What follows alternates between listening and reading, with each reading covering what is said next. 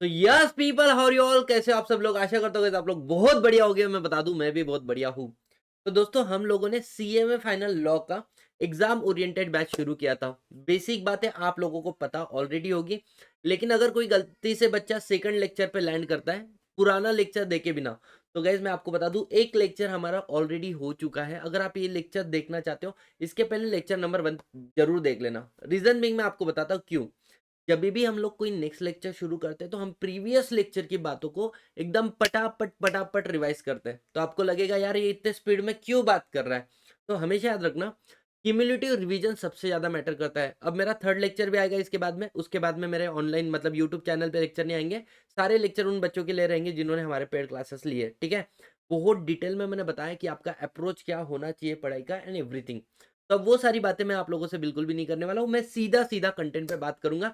और guys as I promise कि हम लोग 500 के आसपास लगभग के स्टडी इसके अंदर इस बैच के अंदर सॉल्व करेंगे, क्योंकि आपके एग्जाम का पैटर्न पूरा का पूरा हो चुका है change and there are lots of amendment at a CMA final level law के अंदर, ठीक है। तो शुरू करते गाइज हमारा। सबसे पहले मैं आप लोगों को उन चीजों को रिवाइज करवा देता हूँ जो हमने लास्ट क्लास के अंदर पढ़ी थी, ठीक है। चलो सतीश सर, एक बार कहाँ से रिवाइज करेंगे? हैंड रिटन नोट से रिवाइज करोगे या हमारे मॉड्यूल से? कहीं से भी करो, कंटेंट से। मैं गाइस हमने सबसे पहले पढ़ा था डायरेक्टर कौन होता है, याद करना। हमने बोला था director means a person appointed on the board of the company. Sir ये डेफिनेशन क्यों लिखी गई थी? क्योंकि कंपनी एक्ट 1956 के अंदर भले ही आपको डायरेक्टर बोलकर अपॉइंट नहीं भी किया होगा, लेकिन अगर आपका कहा हुआ बाकी के बोर्ड ऑफ डायरेक्टर मानते तो आपको हम लोग शैडो डायरेक्टर बोलते थे। लेकिन कंपनी एक्ट 2013 क्या बोलता है? नहीं, अगर आपको बोर्ड पर अपॉइंट किया है तो ही हम आपको क्या बोलेंगे? डायरेक्टर बोलेंगे। हमेशा याद रखना डायरेक्टर इंडिविजुअल पर्सन होता है और बोर्ड का मतलब क्या होता है? A collective body of director is a board, ठीक है। जैसे सर डायरेक्टर को अपॉइंट करने का बेसिक प्रोसीजर क्या है? देखो, पहली बात that director should be eligible, another thing that director should not be disqualified. आप बोलोगे सर एलिजिबल होना मतलब ही डिस्क्वालिफाइड नहीं होना? वेट करना, आज जो सेक्शन नंबर 160 पढ़ाऊंगा उसके अंदर बहुत डिटेल में समझाऊंगा। इसके अलावा guys section number 152 sub section 3 बोलता है कि जिसको भी आपके कंपनी में डायरेक्टर बोलकर अपॉइंट करना होगा, सबसे पहले उसके पास चाहिए डिन मतलब director identification number. Third thing क्या है गाइस? आपको डायरेक्टर को अपॉइंट करने के लिए रिजोल्यूशन पास करना पड़ेगा। क्या पास करना पड़ेगा? रिजोल्यूशन पास करना पड़ेगा।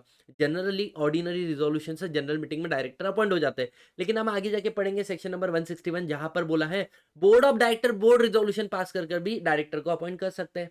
और तीसरी बात, जैसे हम लोग इंडिपेंडेंट डायरेक्टर के बारे में आज पढ़ेंगे, तो इंडिपेंडेंट डायरेक्टर को जब आप रीअपॉइंट करते हो, मतलब पहला टर्म खत्म होने के बाद में उसको फिर से अपॉइंट कर रहे हो फॉर सेकंड टर्म, तो उस समय में उसको क्या चाहिए? एसआर चाहिए। मतलब पहली बात, आप डिस्क्वालीफाइड नहीं होने चाहिए। दूसरे पास आपका डीन होना चाहिए। तीसरा, आपको रिजोल्यूशन पास करके कंपनी में इन किया जाएगा।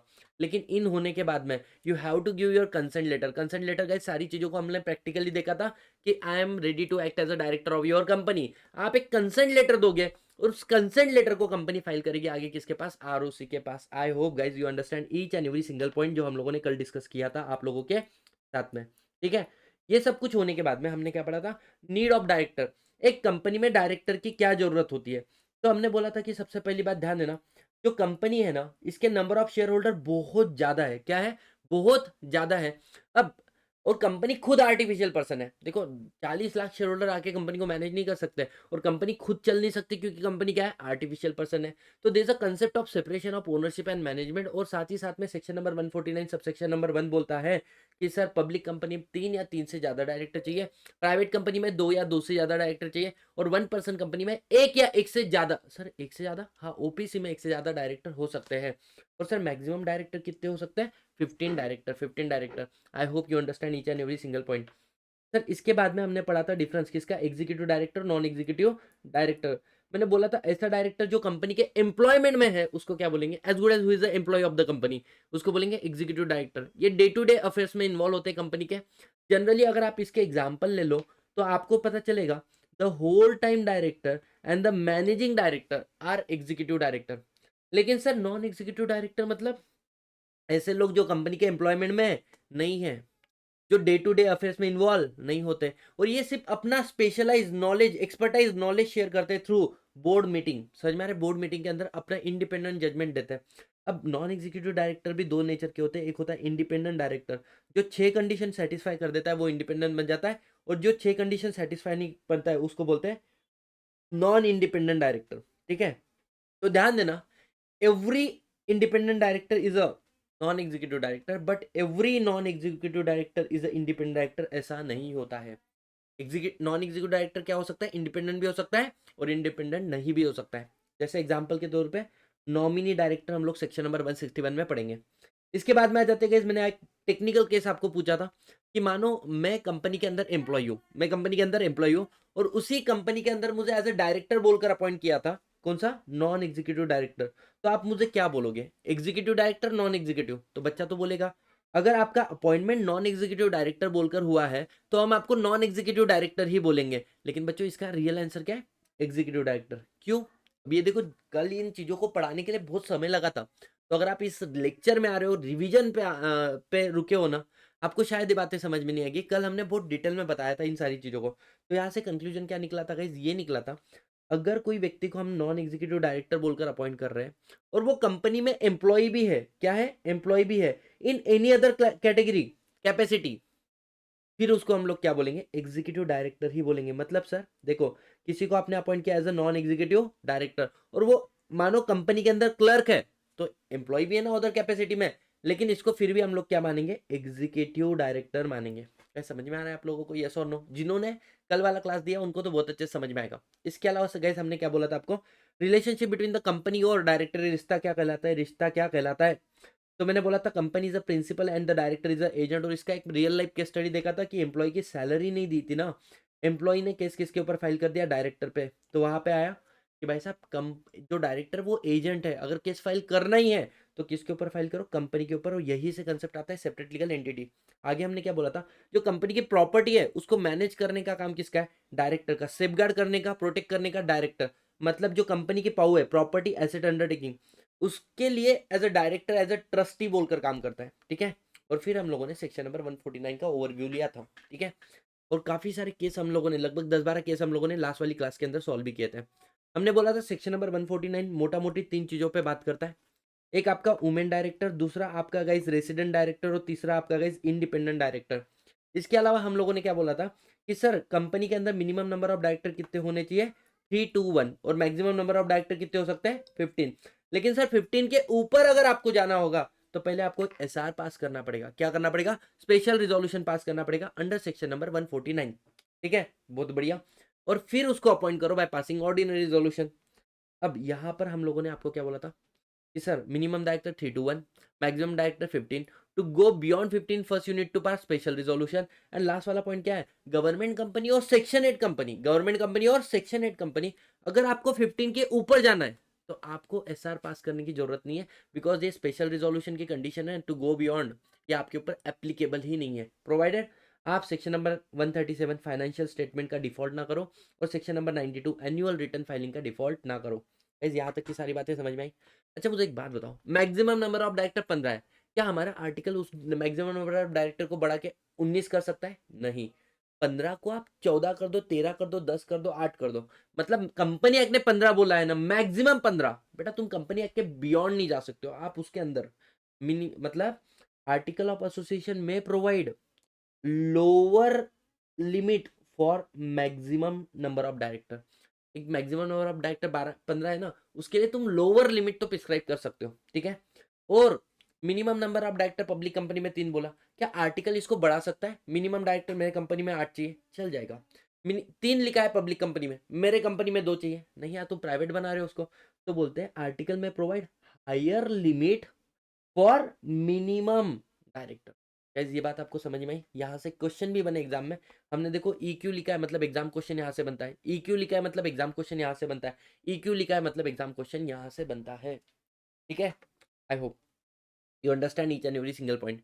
अब सर इसके बाद में 3 बातें वुमेन डायरेक्टर के बारे में। नंबर 1, वुमेन डायरेक्टर एप्लीकेबल किसको होता है, याद करना मेरे साथ में। सबसे पहला पॉइंट हम लोगों ने क्या बोला था कि अगर आपकी कंपनी एक लिस्टेड कंपनी है तो एटलीस्ट 1 वुमेन डायरेक्टर होना चाहिए, या फिर सर मेरी कंपनी है ना अनलिस्टेड पब्लिक कंपनी जिसका paid up share capital 100 crore उससे ज्यादा, या जिसका टर्नओवर 300 करोड़ उससे ज्यादा है, तो भी आपकी कंपनी में एक तो वुमेन डायरेक्टर चाहिए। समझ में आ रहा है? लिस्टेड कंपनी या फिर अनलिस्टेड पब्लिक कंपनी 100 करोड़ और मोर, और 300 करोड़ और मोर, ठीक है।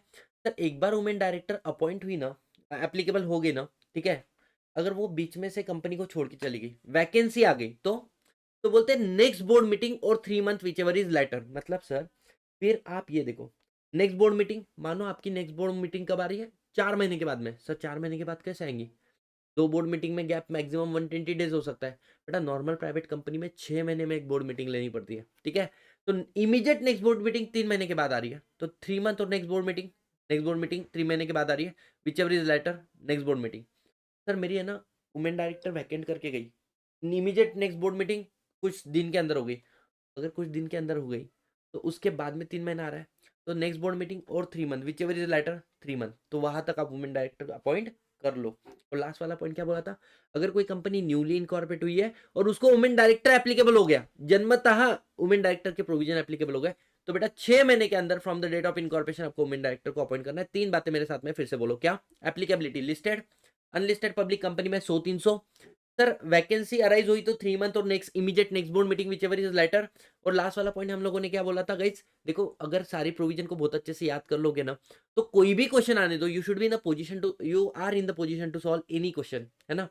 इसके अलावा गाइस क्या बोला था हम लोगों ने, न्यूली इनकॉर्पोरेट कंपनी अगर आपको वुमेन डायरेक्टर की प्रोविजन एप्लीकेबल है तो आपको 6 महीने का समय मिलता है from the date of incorporation, आपको वुमेन डायरेक्टर अपॉइंट करना पड़ेगा, ठीक है।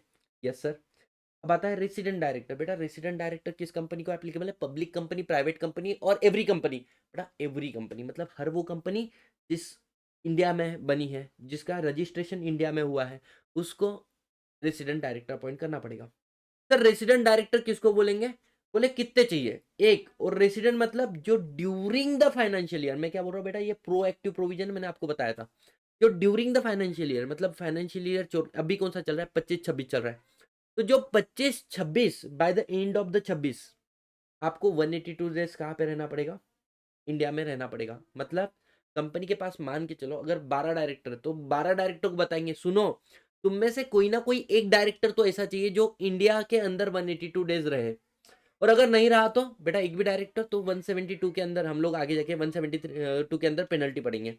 और लास्ट वाला, अगर कोई कंपनी न्यूली इनकॉर्पोरेट हुई है तो उसका जो रेसिडेंशियल स्टेटस होता है वो प्रोपोर्शनेट बेसिस पे कैलकुलेट होता है। ये सारे क्वेश्चन भी हम लोगों ने कल सॉल्व कर लिए थे। गाइस मुझे बताओ, क्या मैं मान सकता हूँ हम लोगों ने रिवाइज कर लिया पूरा का पूरा, अभी तक जो भी पढ़ा था 3 पेज का पूरा रिवीजन हो चुका है, और साथ ही साथ में मैं आपको बता रहा हूँ मैं आपके आपके जो नोट्स है इसमें भी पूरा हाईलाइट आप लोगों को करा के दिया हूँ, ठीक है। तो मेक श्योर जितना मैं आपको पढ़ा रहा हूँ उतना तो आपने तन मन धन से, दिल और जान से पढ़ना चाहिए, ठीक है। आगे बढ़ते हैं गाइस। अब मैं आपको एक सेक्शन पढ़ा रहा हूँ, दैट इज सेक्शन नंबर 160। पहले तो आप इस सेक्शन को शुरू करने के पहले एक बात समझो, रुको।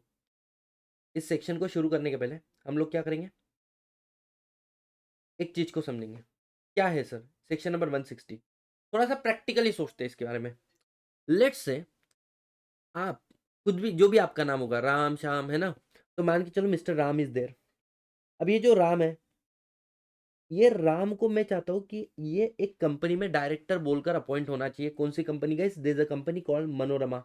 अच्छा मैं तुमको बता देता हूँ, ये मेरी सबसे फेवरेट कंपनी है, मनोरमा इंडस्ट्री जो है ये मेरी सबसे फेवरेट कंपनी है। क्यों सर, क्या रीज़न है इस कंपनी के पीछे आपकी फेवरेट होने के, देखो मैं आपको बताता हूँ।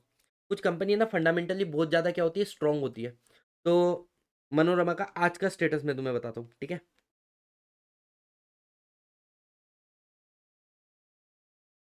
तो देखो मैं पहले बता रहा हूँ, मैं इन्वेस्टमेंट एडवाइस नहीं कर रहा हूँ, ठीक है। ये देवा, तो मनोरमा कंपनी के अंदर मैंने निवेश किए हैं कितने, 45,564 रुपीज़, 45,000। और आज के डेट में मनोरमा का रेट क्या चालू है, 1,59,000, मतलब 45,000 आज कितने हो गए, 1,59,000 रुपीज़, एक्चुअली 942 मतलब 160 हो चुके हैं वो।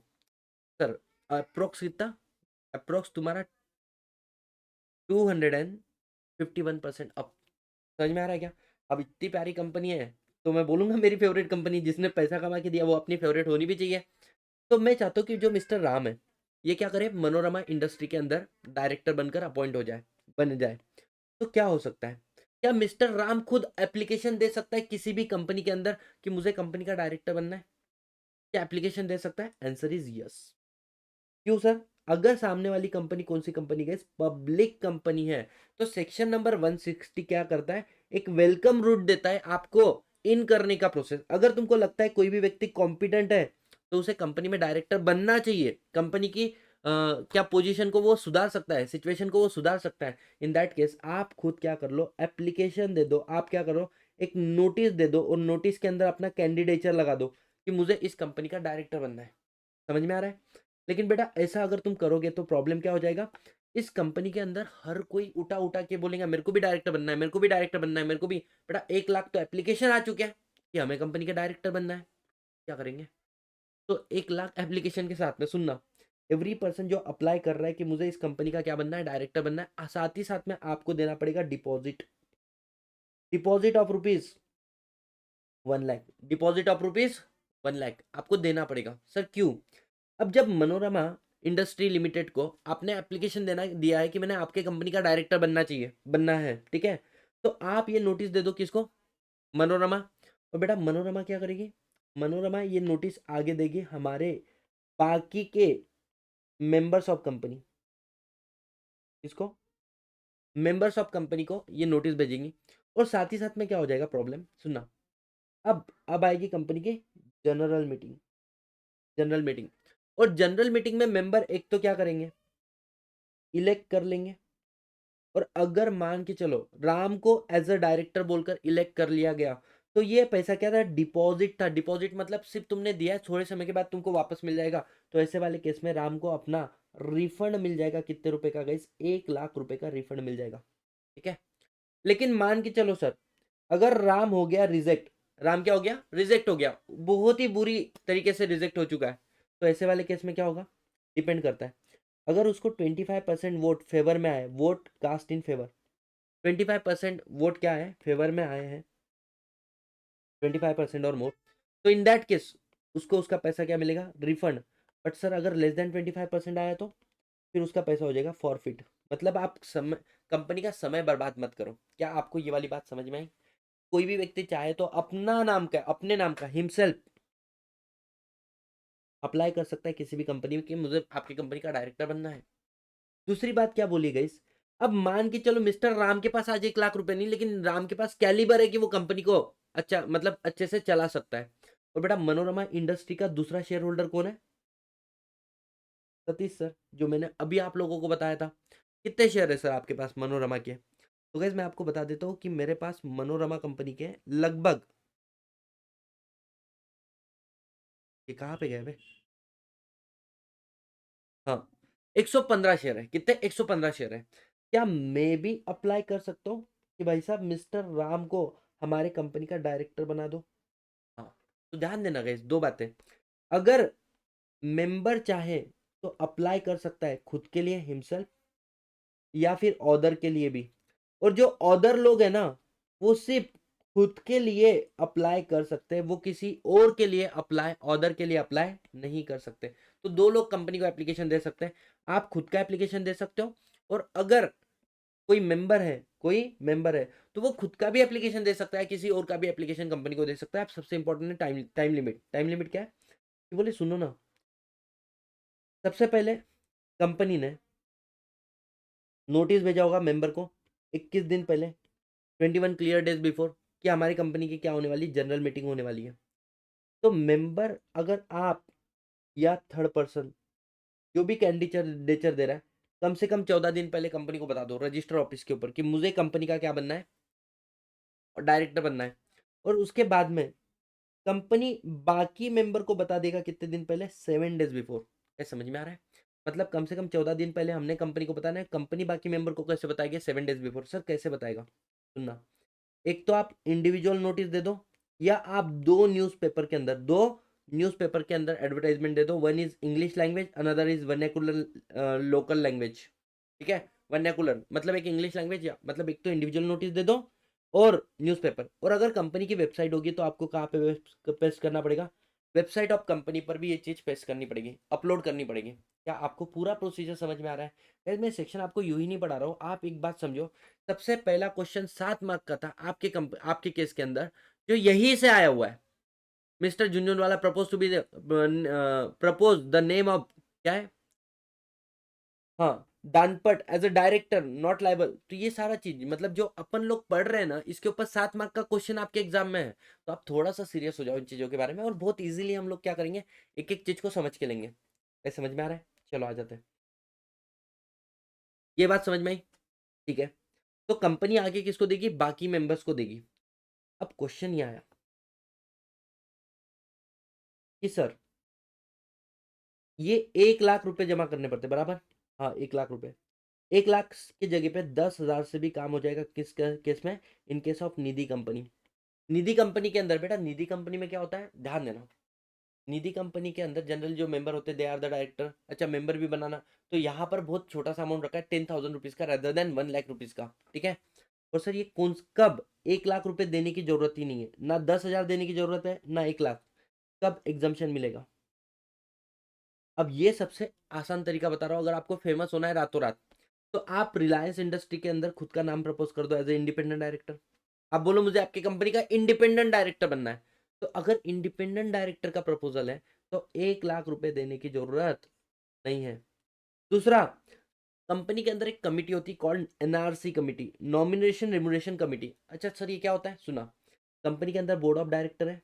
अरे बोलो, ये कंपनी के अंदर क्या है? बोर्ड ऑफ डायरेक्टर है। अब बोर्ड ऑफ डायरेक्टर में से मैंने 4 डायरेक्टर को उठा लिया और मैंने इनकी कमेटी बना दी एनआरसी, नॉमिनेशन रेम्युनरेशन कमेटी। नाम से समझ में आता है क्या? एनआरसी। जैसे रतन टाटा जी, रतन नवल टाटा जी, इनके बाद में बोले साइरस मिस्त्री जी क्या बनेंगे? कंपनी के चेयरमैन की पोजीशन लेंगे।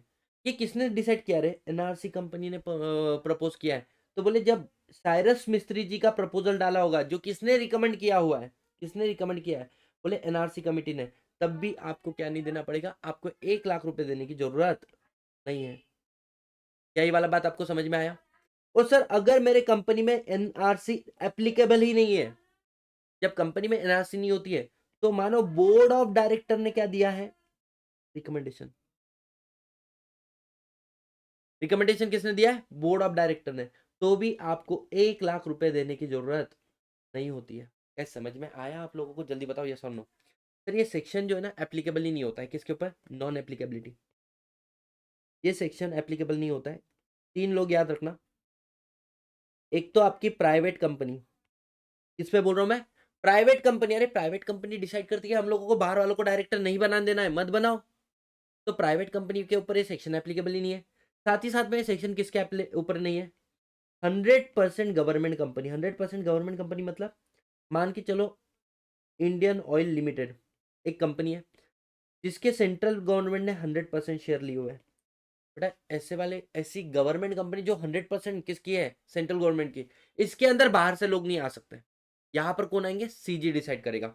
और इंडियन ऑयल लिमिटेड की 100% होली ओन सब्सिडरी है, उसके ऊपर भी ये सेक्शन एप्लीकेबल नहीं होता है। और साथ ही साथ में सर ऐसी सेक्शन 8 कंपनी जो अपने डायरेक्टर को अपॉइंट करती है बाय पोल। पोल मतलब बेटा याद करना, सेक्शन नंबर 110 हमने पढ़ा था कि मीटिंग नहीं होने वाली, आपके घर पे रिजोल्यूशन आएगा, घर के बेटे बेटे आपने डिसीजन देना है। तो जब पोल से आप डायरेक्टर अपॉइंट करने वाले, या आपने अपने आर्टिकल ऑफ एसोसिएशन में लिखा हुआ है, तो ऐसी सेक्शन 8 कंपनी के ऊपर क्या नहीं बोला, कौन सा सेक्शन एप्लीकेबल नहीं होगा? सेक्शन नंबर 160 एप्लीकेबल नहीं होगा। तो मैंने एक बार पूरा सेक्शन 160 बताता हूँ। क्या है? राम तू खुद के लिए या कोई मेंबर तेरे लिए क्या कर सकता है? प्रपोज कर सकता है मनोरमा इंडस्ट्री, कोई भी पब्लिक कंपनी के अंदर, कि इसको डायरेक्टर बनाओ, कैंडिडेचर देंगे।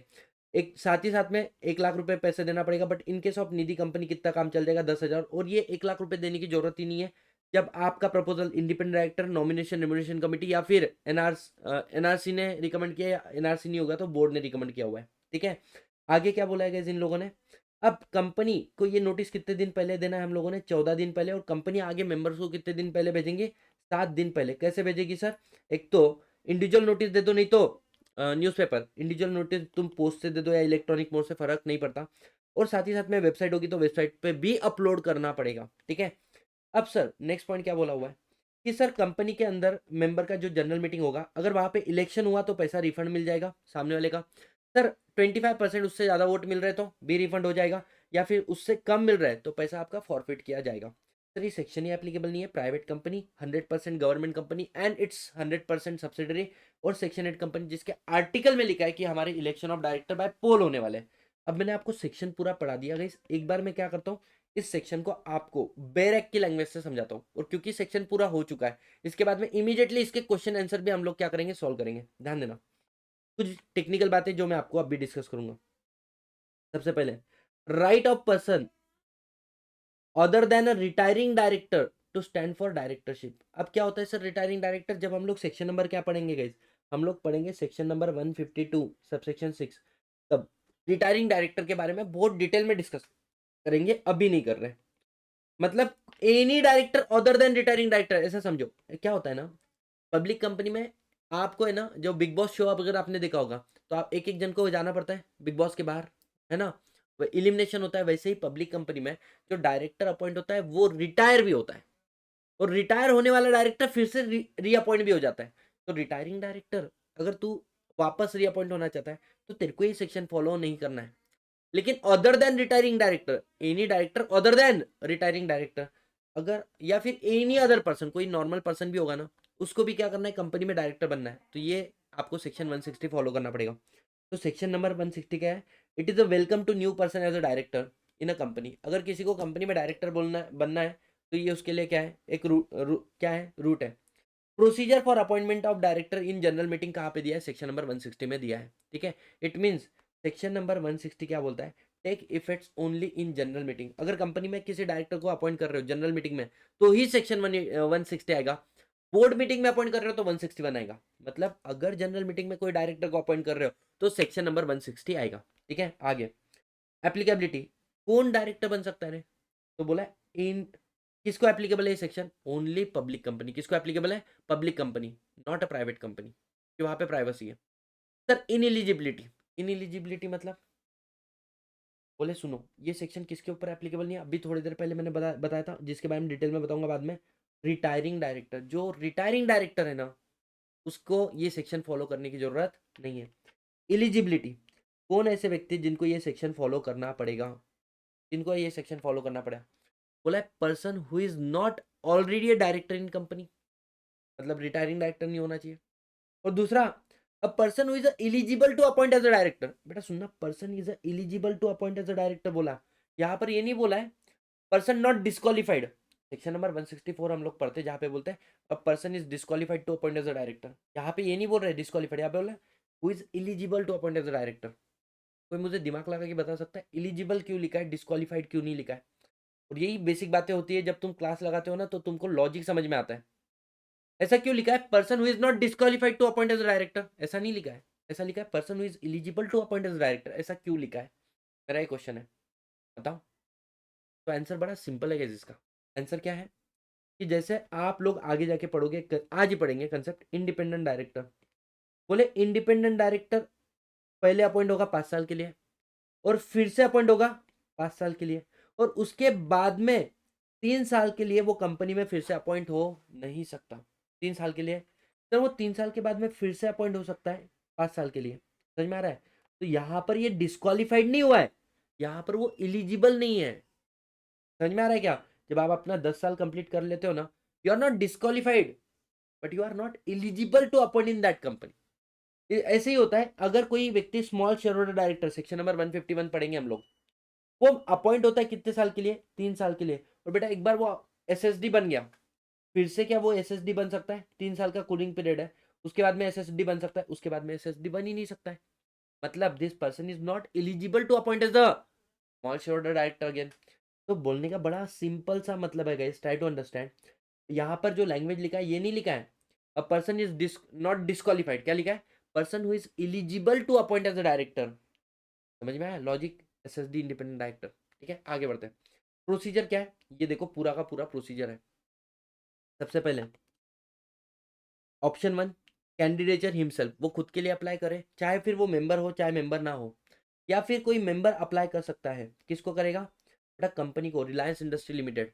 सेंड करेगा notice at a resistor office, attach करेगा उसके अंदर candidature 14 days before the general meeting, और साथ में 1 लाख रुपए का क्या देगा? डिपॉजिट देगा। स्टेप 2, कंपनी आगे ये फॉरवर्ड करेंगे किसको? अदर मेंबर्स को। अगर मेंबर ने दिया तो अदर मेंबर्स को, है ना? क्या? 7 डेज बिफोर जनरल मीटिंग एक तो इंडिविजुअल नोटिस दे दो वेबसाइट पे, और साथ ही साथ में क्या बोला है आपको? साथ ही साथ में अगर इंडिविजुअल नोटिस देना पॉसिबल नहीं तो 2 न्यूज़पेपर में दे दो ऑल मेंबर्स, और फिर जनरल मीटिंग में डिसीजन लिया जाएगा, जिसमें वो अप्रूव भी हो सकता है और मना रिजेक्ट भी हो सकता है। ठीक है सर, समझ में आया? आगे क्या बोला guys? Deposit of ₹1 lakh shall be refunded. कब? अगर वो इलेक्ट हो जाता है एज अ डायरेक्टर, या फिर उसको 25% से ज्यादा क्या आ जाते हैं? वोट आ जाते हैं। अब 1 लाख रुपए की जरूरत ही नहीं है। कब? अगर अपॉइंटमेंट प्रपोज किया व्यक्ति का एज ए इंडिपेंडेंट डायरेक्टर, या फिर उसका रिकमेंडेशन एनआरसी ने दिया और एनआरसी नहीं होगा तो बोर्ड ने उसका रिकमेंडेशन दिया है। लास्ट में गैस नॉट एप्लीकेबल। ये कहाँ पे? Private company, Holi own government company, या फिर उसके 100% सब्सिडी। सेक्शन 8 कंपनी के अंदर नहीं, निधि कंपनी के अंदर गैस क्या बोला हुआ है? निधि कंपनी के अंदर हम लोगों ने बोला है कि आपको 10 लाख का ही डिपॉजिट लगेगा, ठीक है। और चाहे फिर आप additional director, alternate director, casual vacancy director, nominee director, generally ये वो डायरेक्टर होते हैं जिसको कौन अपॉइंट करता है? Board of director, board meeting में। अगर इनको भी कंपनी का नॉर्मल डायरेक्टर बनना है तो इनको क्या करना पड़ेगा? सेक्शन नंबर 160 को कंप्लाई करना पड़ेगा। गैस पूरा सेक्शन समझ में आएगा? मैंने लगभग 2 से 3 बार इस सेक्शन को रिवाइज करवाया, और मैंने आपको बोला था कि आप लोगों को सिर्फ समरी लिखना है, इसके बाद में हम इसके क्वेश्चन आंसर भी करेंगे। तो इसकी समरी आप लोग देख लो, इसकी समरी एक बार देख लो, क्या लिखा हुआ है समरी में। देखो, कोई भी व्यक्ति खुद के लिए मेंबर उसके लिए एप्लीकेशन देगा, 1 लाख का डिपॉजिट देगा, Reliance industry 14 days before, Reliance industry में 7 डेज बिफोर, याद आ रहा है? न्यूज़पेपर एडवर्टाइजमेंट या फिर इंडिविजुअल नोटिस, साथ में website of company, all member को देंगे 7 डेज बिफोर। 1 लाख की जरूरत नहीं, 10,000 से काम चलेगा निधि कंपनी के केस में। इसके बाद में इलेक्ट हो गया तो पैसा रिफंड, या 25% से ज्यादा वोट आए तो पैसे रिफंड, अदरवाइज पैसा क्या हो जाएगा? फॉरफिट। सेक्शन 8 कंपनी इसकी जगह पे कुछ और डिसाइड कर सकता है, 25% की जगह पे कम परसेंटेज, ज्यादा परसेंट। और बेटा 3 केसेस में तो पैसे की जरूरत ही नहीं 1 लाख की। इंडिपेंडेंट डायरेक्टर, एनआरसी का रिकमेंडेशन, और एनआरसी नहीं होगा तो बोर्ड का रिकमेंडेशन। समझ में आ रहा है? और ये सेक्शन एप्लीकेबल ही नहीं है। Private company, 100% government company, and उसकी 100% Holi own subsidiary. Don't you think guys? Don't you think? तो आप लोग क्या करो, इस चीज को आप लोग नोट डाउन कर लो। मैं आपको एक बार स्क्रीनशॉट दिला रहा हूँ, है ना, मतलब स्क्रीन बड़ी कर रहा हूँ मैं।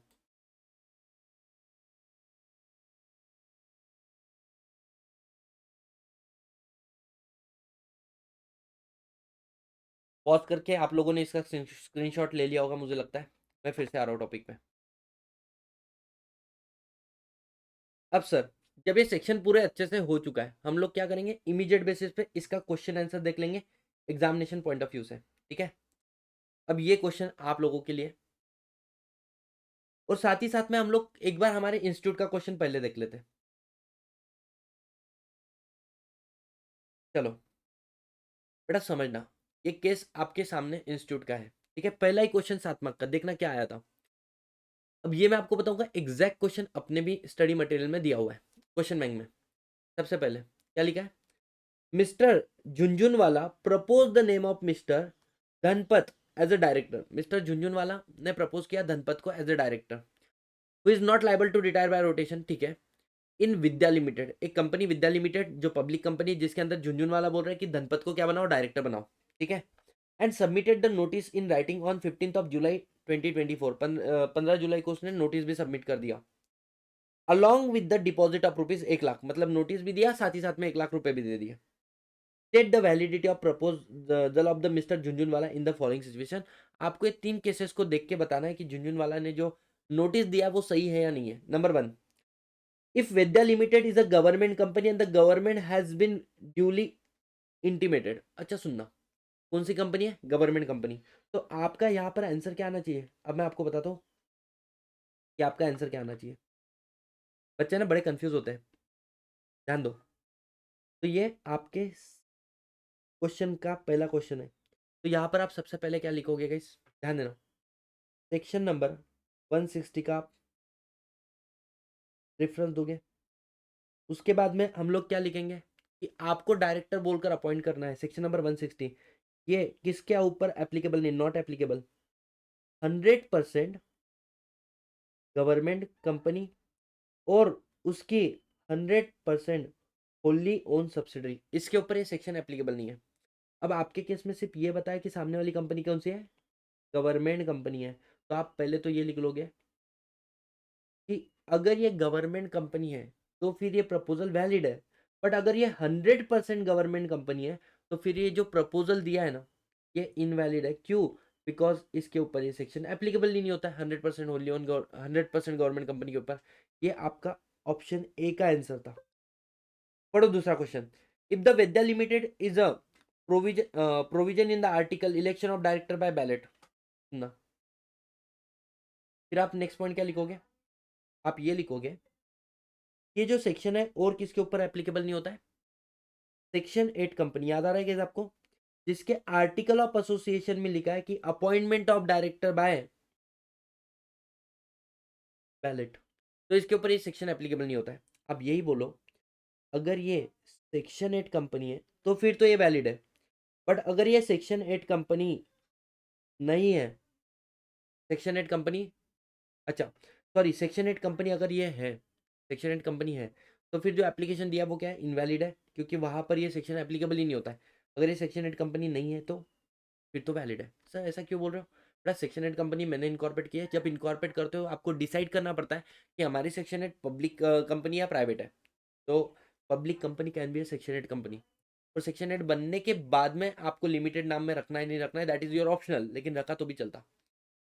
तो ये हो गया आपके सेकंड पॉइंट का ऑप्शन। क्या सेक्शन 8 कंपनी अगर है ना ये विद्या लिमिटेड, और इसके आर्टिकल में बैलेट के अपॉइंटमेंट बोला है, तो फिर सेक्शन 160 एप्लीकेबल ही नहीं होता है, तो जो नोटिस दिया है वो इनवैलिड है, अदरवाइज तो वैलिड है। और तीसरा केस देखो क्या आया हुआ है, if the public limited company and the company not serve the individual notice on the member but 7 days before the meeting advertise such at candidature intention in the local newspaper in the district where the register office is situated। तो बेटा एक question का क्या बोलना है कि मान के चलो आपकी कंपनी कौन सी कंपनी है, सिचुएशन 3 पब्लिक कंपनी है, और इन्होंने इंडिविजुअल नोटिस नहीं दी है। इन्होंने कौन सी नोटिस दे दी गाइस, इन्होंने न्यूज़पेपर एडवर्टाइजमेंट दिया है। तो चलेगा क्या, तो बेटा यहाँ पर आप ये लिखोगे कि 2 न्यूज़पेपर एडवर्टाइजमेंट देने पड़ेंगे, एक आपके इंग्लिश लैंग्वेज में और एक वेर्नाकुलर लोकल लैंग्वेज के अंदर आपको देना पड़ेगा, फिर ये चल जाएगा, फिर ये वैलिड है। मतलब ये 3 पॉइंट आपको लिखने थे आपके आंसर के अंदर। क्या आपको समझ में आ रहा है क्वेश्चन का आंसर कैसे? And that's why we are saying the exam oriented batch, कि इसके अंदर आपकी सारी चीजें कवर होने वाली है। अब एक क्वेश्चन और एक है जो हम लोग कर लेंगे। चलो, मैं ना जब भी क्वेश्चन पढ़ाता हूँ ना गाइस, मेरे को आदत है कि मैं क्वेश्चन के आंसर को हाइड कर देता हूँ। रीजन बिंग, आपको अपना दिमाग लगाना पड़ेगा।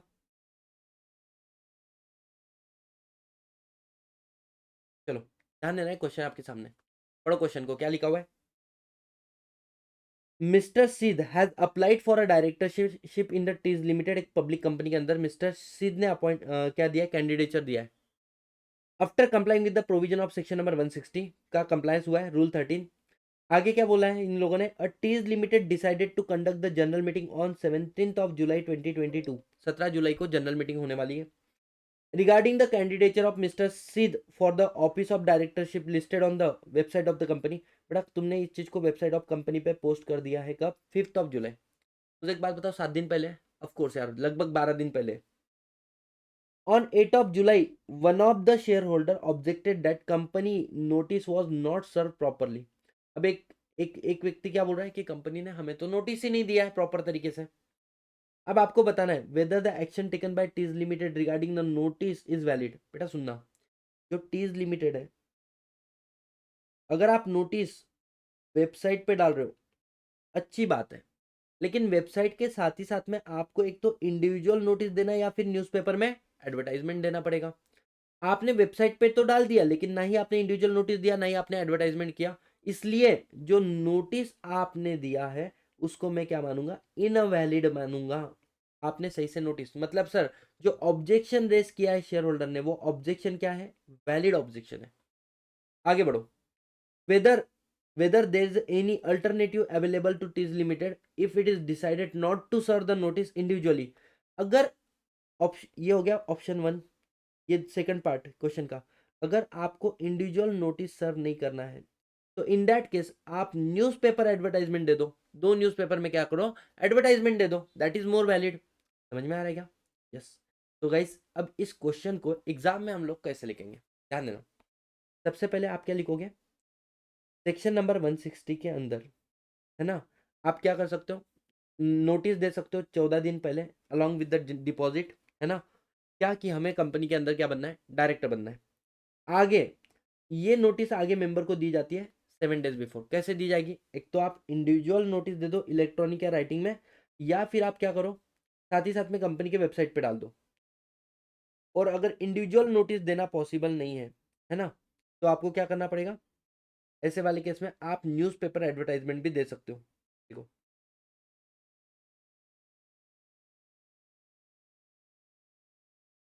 Placing on the website, the Teej limited ने नोटिस कहाँ पे डाल दिए, वेबसाइट पे डाली है ना, लेकिन इंडिविजुअल नोटिस दिए क्या, नहीं दिए, तो फिर ये वैलिड है इनवैलिड है, तो ये इनवैलिड है। अब अल्टरनेटिव ऑफ इंडिविजुअल नोटिस क्या है, तो यहाँ पे लिखा हुआ है अगर पॉसिबल नहीं है आपको इंडिविजुअल नोटिस सर्व करना, तो इन दैट केस आप 7 days बिफोर क्या कर सकते हो, a once in a vernacular newspaper, English language और वेर्नाकुलर लैंग्वेज में आप क्या कर दो, नोटिस दे दो, ठीक है। तो one in English language and one in vernacular language, ये हो गया आपका आंसर। गाइस बताओ क्या आपको ये सेक्शन समझ में आया 160, अरे यस और नो। तो यहाँ पर सर हम लोगों का सेक्शन नंबर 160 हो गया। एक बार आप आ जाओ अपने नोट्स के अंदर, और बहुत इजी होता है मेरे नोट्स के अंदर सेक्शन को ढूंढ पाना। पढ़ो एक बार, देखो सारी बातें मैंने हाईलाइट क्या किए, हाईलाइट किए। Section number require return notice not a retiring director, सामने वाला रिटायरिंग डायरेक्टर नहीं है ना, eligible to appoint as a director in general meeting, propose कर सकता है उसके बारे में मेंबर, है ना, जो साइन करेगा 14 दिन पहले कंपनी को देगा, साथ ही साथ में 1 लाख रुपए देगा। अगर वो इलेक्ट हो जाता है, उसको मोर देन 25% वोट आ जाते हैं, तो उसका पैसा उसको रिफंड हो जाएगा। आपको 1 लाख की जरूरत ही नहीं है, इंडिपेंडेंट डायरेक्टर एनआरसी का रिकमेंडेशन, या एनआरसी नहीं होगा तो बोर्ड का रिकमेंडेशन के ऊपर, ठीक है। इंटीमेशन टू मेंबर देंगे हम लोग कितने दिन पहले कैंडिडेचर के बारे में, है ना, कितने दिन पहले देंगे, 7 days बिफोर। कैसे देंगे सर, एक तो आप उनको इंडिविजुअल नोटिस दे दो, और अगर इंडिविजुअल और साथ ही साथ में वेबसाइट ऑफ द कंपनी, और इंडिविजुअल नोटिस अगर पॉसिबल नहीं होगा तो आपने एक वेर्नाकुलर लैंग्वेज और एक इंग्लिश लैंग्वेज के न्यूज़पेपर में नोटिस देना है। डोंट यू थिंक यहाँ से ही पूरा का पूरा क्वेश्चन बना था गाइस, यस और नो। आगे बढ़ते हैं। एग्जाम्शन किसको है, गवर्नमेंट कंपनी जिसका 100% paid entire paid up share capital government के पास है, या फिर इसकी सब्सिडरी जिसका 100% मतलब होली ओन सब्सिडरी, और सेक्शन 8 कंपनी जिसके आर्टिकल में अपॉइंटमेंट बताया बैलेट के थ्रू। ये समझ में आ रहा है क्या। एंड एग्जाम यहाँ से भी देखो पार्ट था उस क्वेश्चन का, समझ में आ रहा है। आगे क्या बोला, नोट सेक्शन 8 कंपनी आप अपने बारे में खुद डिसाइड कर लेना, डिपॉजिट कितना पैसा जमा करना है, कितने कितने परसेंट के ऊपर सामने वाले को उसका पैसा रिफंड करना है। गैस क्या आपको समझ में आया, जल्दी बताओ। सेक्शन नंबर 160, सेक्शन नंबर 160, ठीक है। वो एज गुड एज अपने रेगुलर क्लास जैसे ही डिटेल में सारी चीज़ों को मैं कवर करा के ले रहा हूँ। हाँ, रिवीजन थोड़ा सा फास्ट होगा। अब सर जैसे ही हम लोग, ये तो पता चल गया कि एक व्यक्ति कंपनी के अंदर क्या हो सकता है, डायरेक्टर बोलकर अपॉइंट हो सकता है, लेकिन सर अगर किसी व्यक्ति को डायरेक्टर बनना है तो there are certain list of disqualification, कौन ऐसा व्यक्ति जो कंपनी के अंदर डायरेक्टर बन नहीं सकता, तो इसके लिए लिखा है इस कहाँ पर, सेक्शन नंबर 164। देखो यार तुम एक बात समझो, मैंने जब इस चैप्टर को शुरू किया था ना, मैंने स्टार्टिंग में ही बताया था कि पहली बात, you are not disqualified to appoint as a director under section number 164। तो ऐसे कौन व्यक्ति है जो कंपनी में डायरेक्टर बन ही नहीं सकते। अच्छा सुनना, सेक्शन नंबर 164 है appointment of person as a मतलब डिस्क्वालिफिकेशन, कि एक व्यक्ति, a person is not eligible to appoint as a director अगर वो डिस्क्वालिफाइड है अंडर सेक्शन नंबर 164। मतलब अगर आप डिस्क्वालिफाइड हो तो आप क्या नहीं बन सकते, डायरेक्टर नहीं बन सकते। और 167 क्या बोलता है, जो ऑलरेडी डायरेक्टर है उसका ऑफिस वैकेट हो जाएगा अगर वो डिस्क्वालिफाइड हो जाएगा। दो बातें गाइस समझना, 160 सेक्शन नंबर 160 किसके ऊपर एप्लीकेबल है, 164 किस पे एप्लीकेबल है, 167 ये डिस्क्वालिफिकेशन के बारे में बात करता है, ये वैकेशन के बारे में। ये बोलता है कि अगर आप कोई पर्सन हो, मतलब आप डायरेक्टर नहीं हो, और आपको कंपनी के अंदर क्या बनने का है, डायरेक्टर बनना है, तो आप डिस्क्वालिफाइड नहीं होने चाहिए, आप डिस्क्वालिफाइड नहीं होने चाहिए। 167 क्या बोलता है, ऐसा व्यक्ति जो पर्सन है क्या, नहीं, जो डायरेक्टर है, इसका ऑफिस क्या हो जाएगा, वैकेट हो जाएगा। दोनों का बेसिक डिफरेंस समझा क्या। 164 बोलता है कि you are a person not eligible to appoint as a director अगर आप नीचे के ग्राउंड में आ जाते हो, और जो ऑलरेडी डायरेक्टर बना है उसको अपना ऑफिस छोड़ना पड़ेगा, किसके अंदर, सेक्शन नंबर 167 के अंदर। भयंकर इंपॉर्टेंट सेक्शन है दोनों के दोनों, और क्या दोनों सेक्शन को मिला के एक साथ में पढ़ना पड़ता है, तो हम लोग उस तरीके से सेक्शन को पढ़ेंगे। अच्छा सेक्शन नंबर 164 पे तुमको थोड़े से और भी क्वेश्चन करा देता हूँ। 160 पे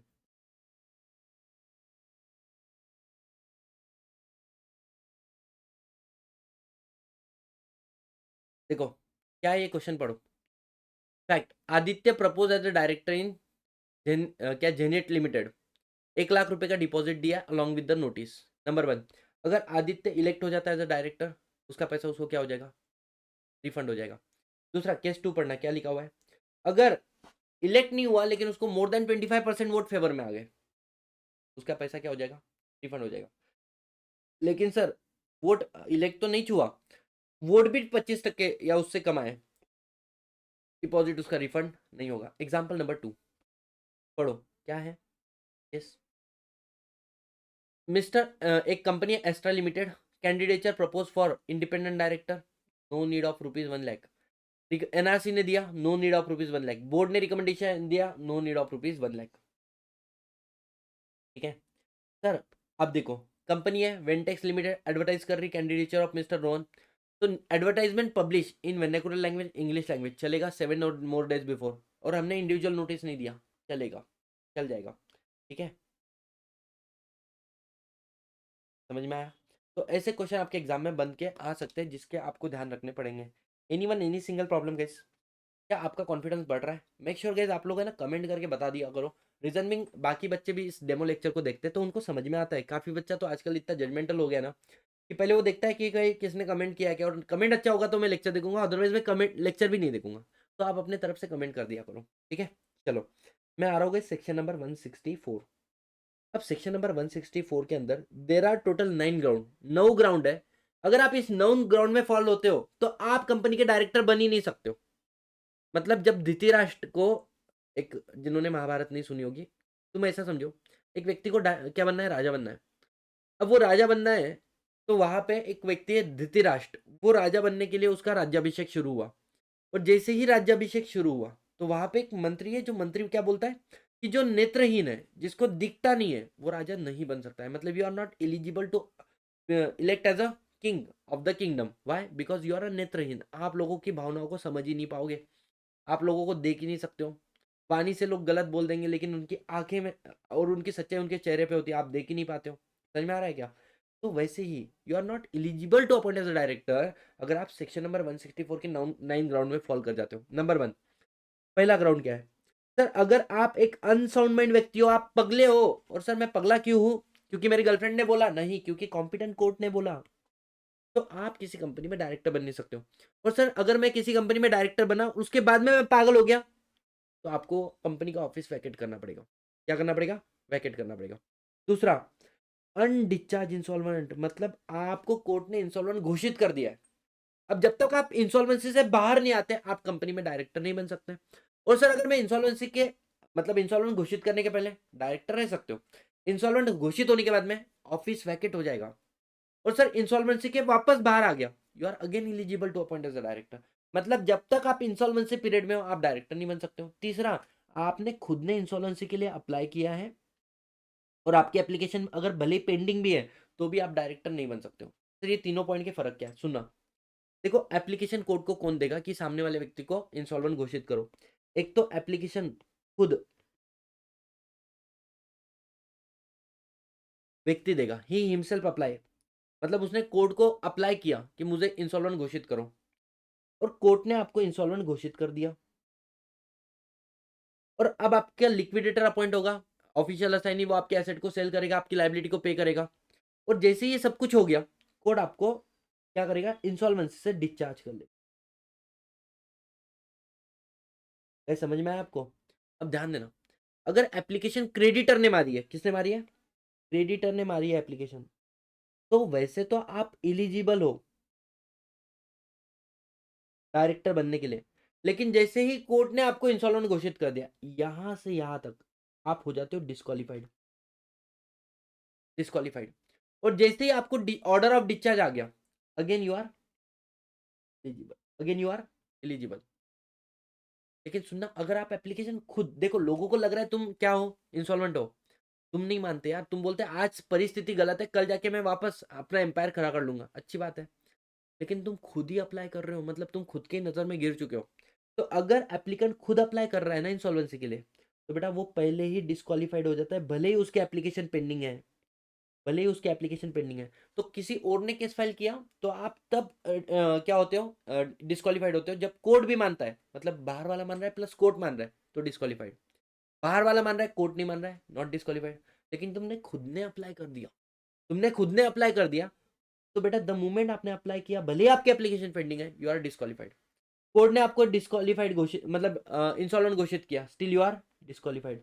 और कोर्ट ने आपको डिस्चार्ज कर दिया, now you are eligible. I hope you understand this point. ठीक है, यहाँ तक समझ में आया गाइस? यस। तो तीन बातें बताओ मेरे को। सबसे पहला अनसाउंड माइंड, दूसरा क्या है इंसॉल्वेंट, इंसॉल्वेंट किसी और ने अप्लाई किया और मैं इंसॉल्वेंट घोषित हो चुका हूँ, जब तक मैं डिस्चार्ज नहीं होता तब तक अनडिस्चार्ज इंसॉल्वेंट। और तीसरा मैंने खुद ने अप्लाई किया, भले ही मेरी एप्लीकेशन पेंडिंग होगी फिर भी मैं क्या माना जाऊंगा, इंसॉल्वेंट माना जाऊंगा, मतलब मैं डिस्क्वालीफाइड माना जाऊंगा। ऐसे समझ में आ रहा है? अब सर नेक्स्ट पॉइंट क्या आएगा?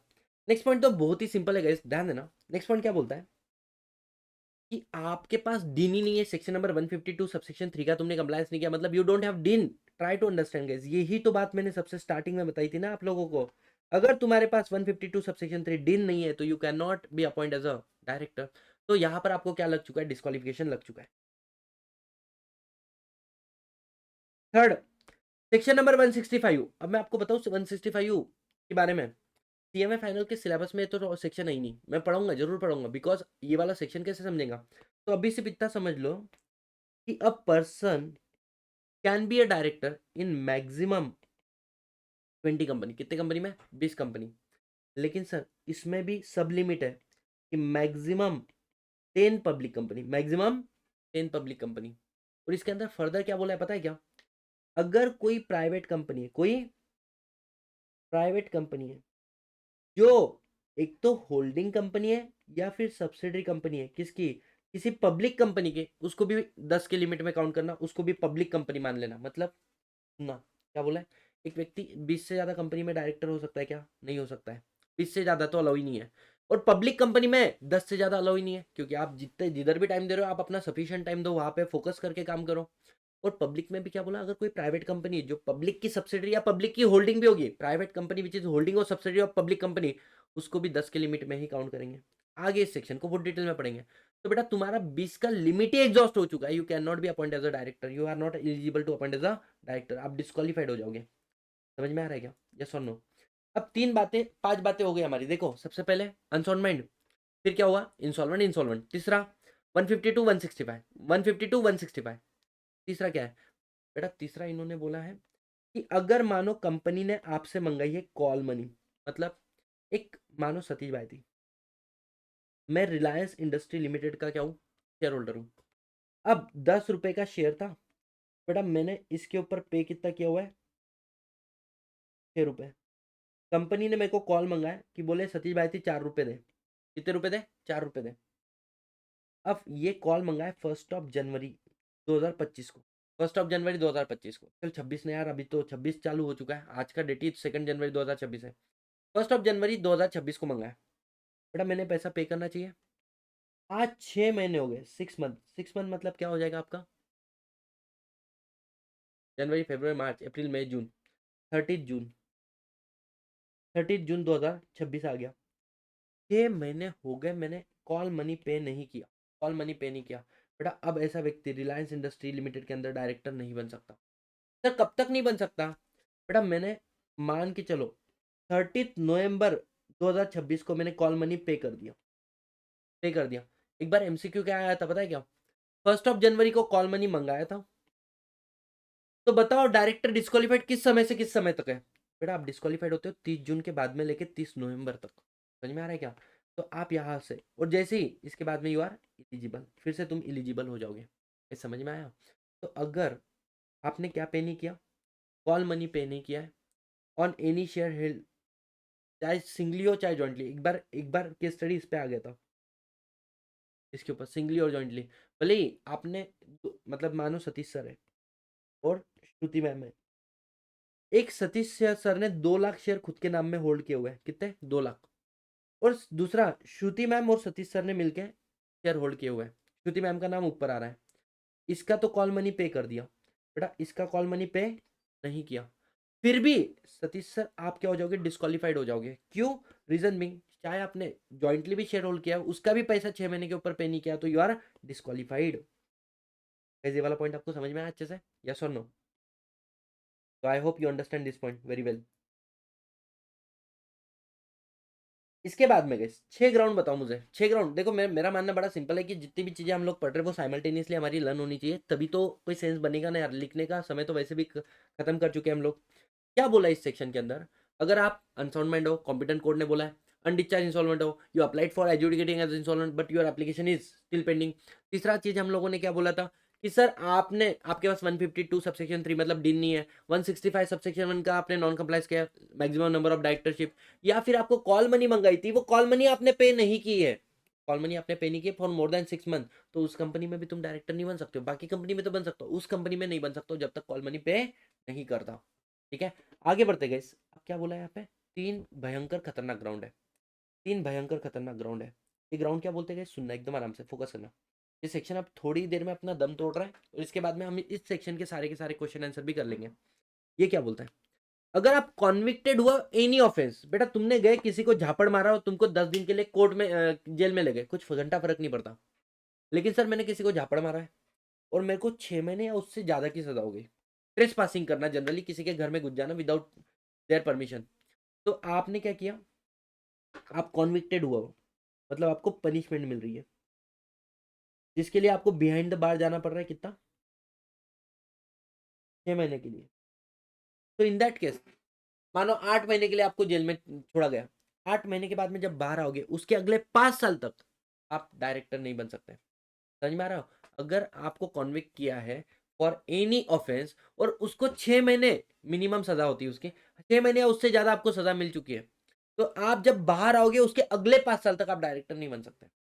आगे, सर अगर मान के चलो मुझे 7 साल या उससे ज्यादा की सजा हो जाए, तो बेटा जीवन अजीवन में कभी तुम डायरेक्टर नहीं बन सकते हो। अगर तुमको सजा 7 साल या उससे ज्यादा हो गई तो जीवन अजीवन तुम कभी डायरेक्टर नहीं बन सकते हो। परमानेंट डिस्क्वालिफिकेशन, मतलब यहाँ पे जो डिस्क्वालिफिकेशन लगा वो कितने साल का? 5 साल का। लेकिन नीचे 7 साल के ऊपर की सजा हुई होगी तो परमानेंट। तो सुनो ना, मेरे को कोर्ट ने ऑर्डर दिया, you are not eligible to appoint as director. कब होता है सर? ऑपरेशन एंड मिसमैनेजमेंट बोलकर हम लोग चैप्टर पढ़ेंगे, सेक्शन नंबर 241 से लेकर 246 तक। उसके अंदर कोर्ट के पास पावर होता है कि वो किसी को भी बोल सकता है you are not eligible to appoint as a director. Sir कितने साल के लिए? वो एनसीएलटी डिसाइड करेगा ना, कोर्ट डिसाइड करेगा। तो बोला जब तक वो ऑर्डर इन फोर्स है, जब तक वो ऑर्डर इन फोर्स है, मतलब जो ऑर्डर चल रहा है, you are not eligible to appoint as a director, मतलब by order of court you are disqualified, तो यू आर डिस्क्वालिफाइड। और तीसरा, अगर मैंने रिलेटेड पार्टी ट्रांजेक्शन 188 के अंदर क्या हुआ है, कॉन्विक्टेड हूं, तो भी मैं पिछले 5 साल में तो मैं डायरेक्टर नहीं बन सकता हूं। अगर मैं पिछले 5 साल में रिलेटेड पार्टी ट्रांजेक्शन का मैंने कॉन्विक्टेड हूँ, एक्चुअली रियल लाइफ में कॉन्विक्ट होता ही नहीं है। कॉन्विक्ट तब बोलते हैं जब मैटर कहाँ पे जाता है, कोर्ट में। तो पहले ना रिलेटेड पार्टी ट्रांजेक्शन के मैटर कोर्ट में जाते थे, अब ये रिलेटेड पार्टी ट्रांजेक्शन का पावर जो है ना, वो कोर्ट के हाथ में से ले लिया और आरओसी के हाथ में दे दिया। अब तुम सोचो, आरओसी कभी तुमको कॉन्विक्ट करेगा, तुमको जेल में डालेगा क्या? नहीं। आरओसी तुमको क्या लगाता है? पेनल्टी लगाता है, पेनलाइज करता है। तो एक्चुअली यहाँ पे रियल लाइफ में वर्ड क्या आना चाहिए? कॉन्विक्ट आना ही नहीं चाहिए, पेनलाइज आना चाहिए। बट प्रॉब्लम ये है कि ये अमेंडमेंट नहीं हुआ है। ठीक है, तो अपन पढ़ेंगे वो जो एग्जाम में लिखना पड़ेगा, क्योंकि एग्जाम में मार्क तो उसके मिलेंगे ना। अदरवाइज आज के डेट में इंटरप्रिटेशन ऑफ स्टैट्यूट की बात करूं मैं, लॉ कैसे पढ़ते हैं, तो यहाँ पे कॉन्विक्ट वर्ड नहीं पढ़ना पड़ेगा, यहाँ पे पेनलाइज वर्ड पढ़ना पड़ेगा। तो अगर आप कॉन्विक्टेड हो रिलेटेड पार्टी ट्रांजेक्शन के अंदर पिछले 5 साल के अंदर, तो फिर आप डायरेक्टर नहीं बन सकते। बेटा 9 के 9 ग्राउंड मेरे को बता दो, 9 के 9 ग्राउंड। तो बेटा ध्यान देना, 9 ग्राउंड को याद कर सकते सर, बहुत आराम से याद कर सकते, बहुत आराम से लिख के भी देख सकते हो आप। तो अगर आप अनसाउंड माइंड हो, अगर आप इंसॉल्वेंट अनडिस्चार्ज इंसॉल्वेंट हो, या फिर आपकी इंसॉल्वेंसी की एप्लीकेशन क्या है? पेंडिंग है। तीसरा, आपने क्या किया? 152 सबसेक्शन 3 डिन नहीं है, 165 आपके पास number of directorship, call money आपने पे नहीं किया, 6 महीने से ज़्यादा हो गया। समझ में आ रहा है? या फिर आपको 6 महीने से ज़्यादा कॉन्विक्टेड हो चुके हो, या फिर आपने क्या तो अगले 5 साल तक आप डिस्क्वालीफाइड हो जाओगे। इसके अलावा गाइस क्या बोला था? कोर्ट ऑर्डर के थ्रू आप डिस्क्वालीफाइड हो चुके हो, या फिर आपको क्या हुआ है? Section number 188 related party transaction, पिछले 5 साल में आप क्या हो चुके हो? कॉन्विक्ट हो चुके हो। In that case you are not eligible to appoint as a director. और सर 7 साल से ज्यादा होगा तो परमानेंट डिस्क्वालिफिकेशन। अच्छा सुनना ना, हमारे इंडिया में एक लॉ है नेचुरल जस्टिस का, जो बोलता है कि अगर तुम्हारे अगेंस्ट में कोर्ट का कोई ऑर्डर आता है, तो आप उसके लिए क्या कर सकते हो? अपील। मतलब देखो, मैंने आपको बोल दिया कि आपको 10 साल की सजा होगी, जेल में रहना पड़ेगा, तुमको क्या लगता है तुम जेल में रहोगे या आप हायर कोर्ट के पास जाके अपील करोगे कि यार गलती हो गई माफ करो, ये गलत डिसीजन दिया, हम लोग ऐसे है ही नहीं, अपील करोगे ना?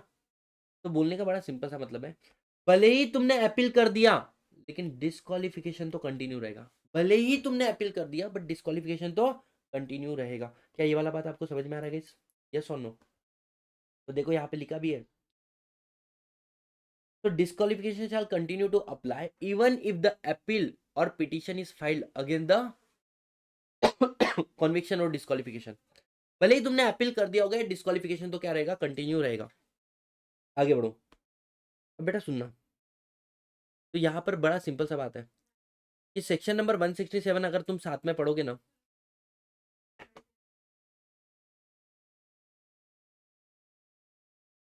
यहाँ तक अब समझ में आया?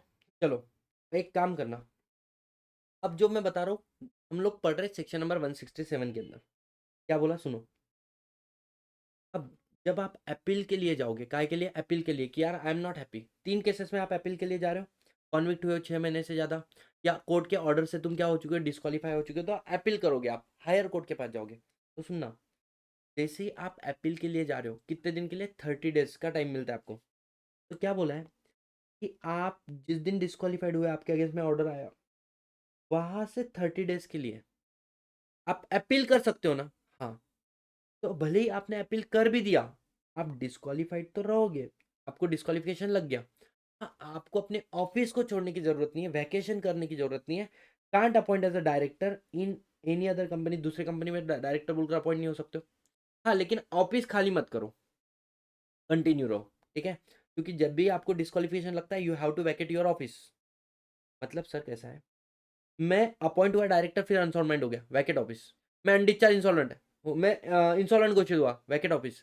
मैं अप्लाई कर दिया, मैं डायरेक्टर हूँ, मैंने अप्लाई कर दिया, उसके बाद में इंसॉल्वेंसी के लिए वैकेट योर ऑफिस।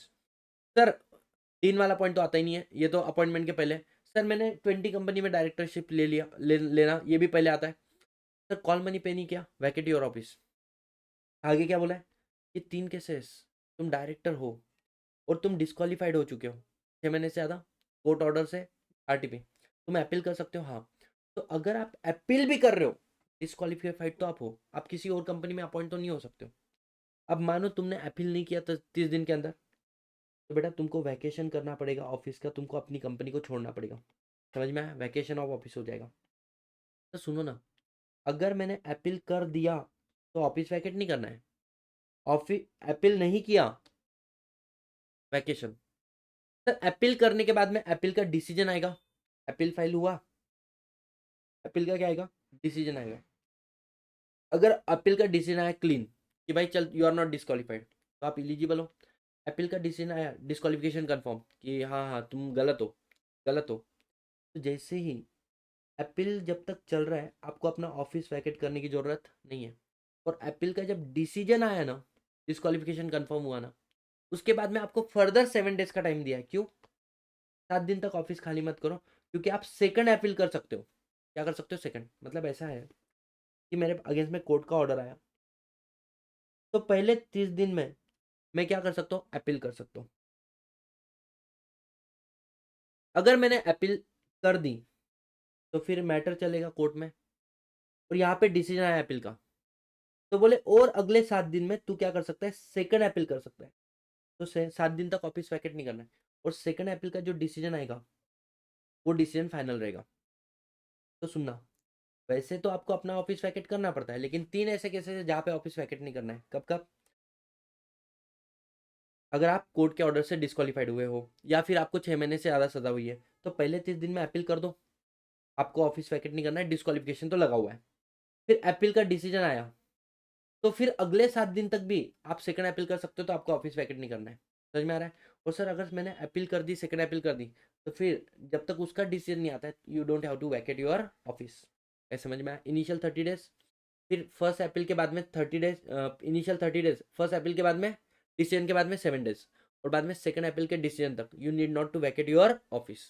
ठीक है, डन। तो यहाँ पे मतलब है, जो पहले 6 ग्राउंड है ना, यहाँ पे ऑफिस तो वैकेट करना पड़ेगा, लेकिन ग्राउंड नंबर 7 8 9 जो है लास्ट वाले कोर्ट के, यहाँ पे डिस्क्वालिफिकेशन लगेगा, बट ऑफिस को वैकेट नहीं करना है जब तक मैटर कोर्ट में चालू है। ये समझ में आया आपको? यस और नो? अब ये सेक्शन की लास्ट बात, क्या आप एक ऐसे कंपनी के डायरेक्टर हो जिसने एक तो डिफॉल्ट किया है किसका, फाइलिंग का, या डिफॉल्ट किया है पेमेंट का। अगर तुम ऐसे कंपनी के डायरेक्टर हो जिसने डिफॉल्ट किया है किसका, डिफॉल्ट किया है फाइलिंग का, या डिफॉल्ट किया है किसका, पेमेंट का, तो आप भी डिस्क्वालिफाइड हो जाओगे किसी नए कंपनी में अपॉइंट होने से। मतलब सर, मेरी कंपनी ने 3 कंटिन्यूअस फाइनेंशियल ईयर के लिए एक तो फाइनेंशियल स्टेटमेंट या एनुअल रिटर्न फाइल नहीं किया, मतलब 3 साल तक मेरी कंपनी ने एफएस फाइल नहीं किया आरओसी को, या एनुअल रिटर्न फाइल नहीं किया, तो मेरे कंपनी के जितने भी डायरेक्टर वो क्या हो जाएंगे, डिस्क्वालीफाइड हो जाएंगे। वो किसी भी नए कंपनी के अंदर डायरेक्टर नहीं बन सकते। अच्छा, और ग्राउंड नंबर 2 क्या लिखा है बेटा, तुमने डीडी का क्या किया, डिफॉल्ट। डीडी मतलब डिपॉजिट का रीपेमेंट, उसका इंटरेस्ट। सर डिबेंचर का रिडम्पशन, उसका इंटरेस्ट। या फिर शेयर्स के ऊपर मैंने क्या किया गाइस, डिविडेंड डिक्लेयर किया था, लेकिन मैंने वो डिविडेंड पे नहीं किया। डिविडेंड डिक्लेयर किया है लेकिन वो डिविडेंड पे नहीं किया, कितने, for continuous period of 1 year, 1 साल तक। मतलब जिस दिन रीपेमेंट था वहां से 1 साल तक रीपेमेंट नहीं हुआ, या इंटरेस्ट का पेमेंट नहीं हुआ, या फिर डिविडेंड डिक्लेयर हुआ था लेकिन उसको 1 साल तक पे नहीं किया। इन दैट केस बेटा, इस कंपनी के जो जो डायरेक्टर रहेंगे डिफॉल्टिंग कंपनी के, दे आर डिस्क्वालीफाइड। डिस्क्वालीफाइड मतलब as a result, who is or has been a director of the company committed the default, तो you are not eligible to appoint in new company. तुम अगले 5 साल तक किसी और नए कंपनी में अपॉइंट नहीं हो सकते हो। And reappoint in the new company, same company, सुनना, एंड रीअपॉइंट इन द, मतलब आप नए कंपनी में तो अपॉइंट हो ही नहीं सकते, लेकिन जो एग्जिस्टिंग कंपनी है इसके अंदर भी जब आप रिटायर होगे तो वापस रीअपॉइंट नहीं हो सकते हो। ये समझ में आ रहा है क्या? कब तक, 5 साल, 5 years from the date on which the said, क्या बोलता है, डिफॉल्ट, मतलब फेल टू डू सो। ठीक है। सेक्शन नंबर 167 क्या बोलता है, वैकेशन ऑफ ऑफिस। ये क्या बोलता है कि मान के चलो, आपको एक एग्जांपल देके समझाता हूँ मैं। एक कंपनी है 1, एक है कंपनी 2, और एक है कंपनी 3, 3 कंपनी गई। कंपनी 1 ने किया डिफॉल्ट, कौन सा सर, एक तो फाइनेंशियल स्टेटमेंट, एनुअल रिटर्न, या फिर डिपॉजिट, डिविडेंड, या फिर डिवेंचर, इसको 1 साल तक पे नहीं किया। ठीक है, तो यहाँ पर डायरेक्टर मानो सतीश सर, एसबी सर, विजय साडा सर, और प्रणय गंगन सर। हम लोग क्या है, तीनों सर क्या है, डायरेक्टर है। जैसा कंपनी 2, इसके अंदर भी क्या है, विजय सारडा सर, प्रणय गंगन सर, और करण सर, नेहा मैम, और मनीष तड़ेजा सर, और सिमरन रिजानी मैम। ये क्या है, डायरेक्टर है।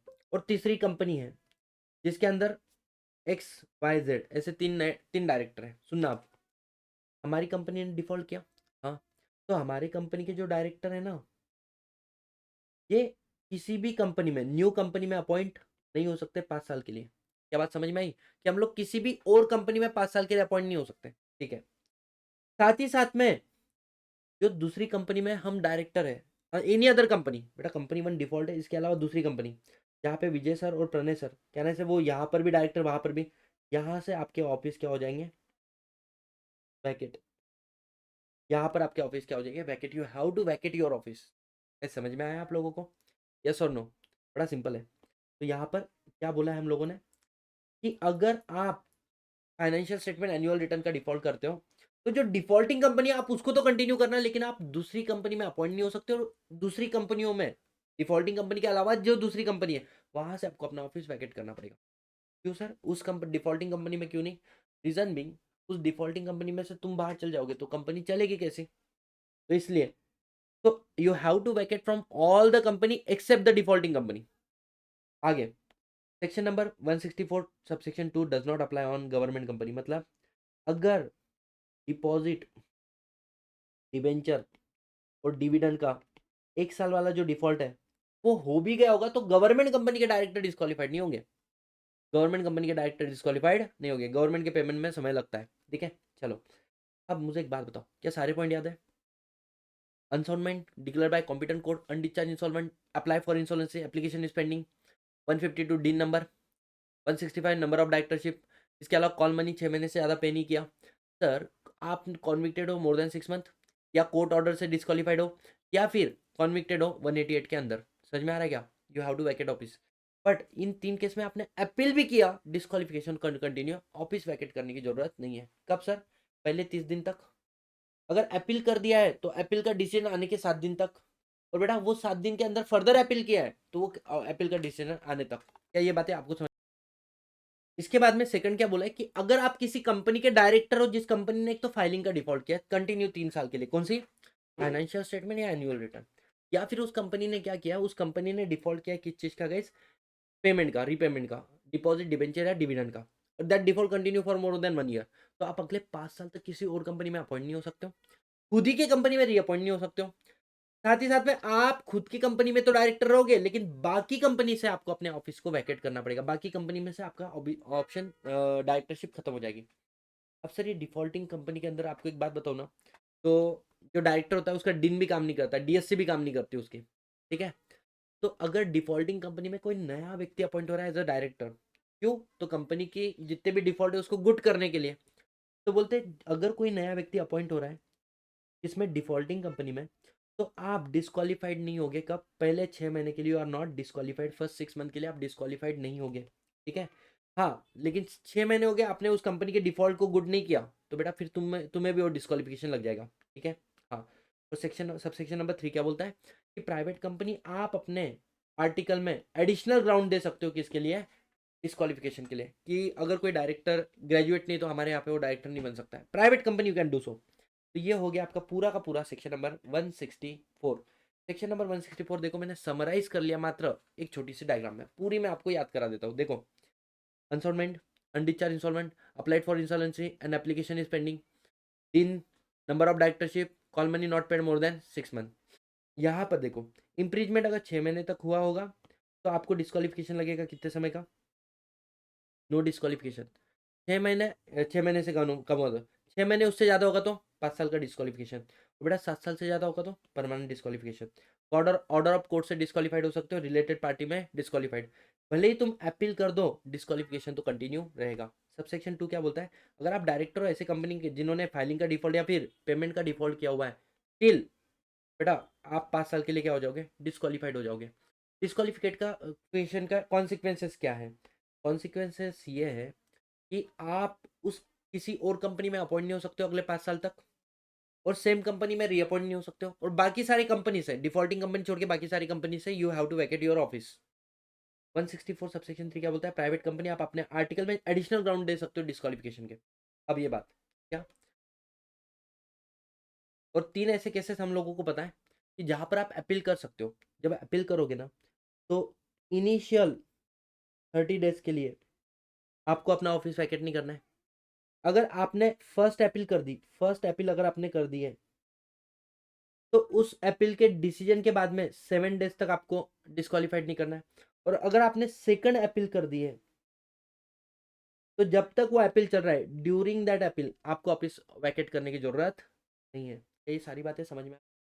और सर अगर कोई कंपनी, डिफॉल्टिंग कंपनी में कोई व्यक्ति डायरेक्टर बन रहा है तो पहले 6 महीने के लिए वो डिस्क्वालीफाइड नहीं होगा। ये समझ में आया? तो एक काम करना, मैं सारे क्वेश्चन आप लोगों के सॉल्व कराऊंगा, पहले इसका आप स्क्रीनशॉट ले लो, या इस चीज को आप नोट डाउन कर लो।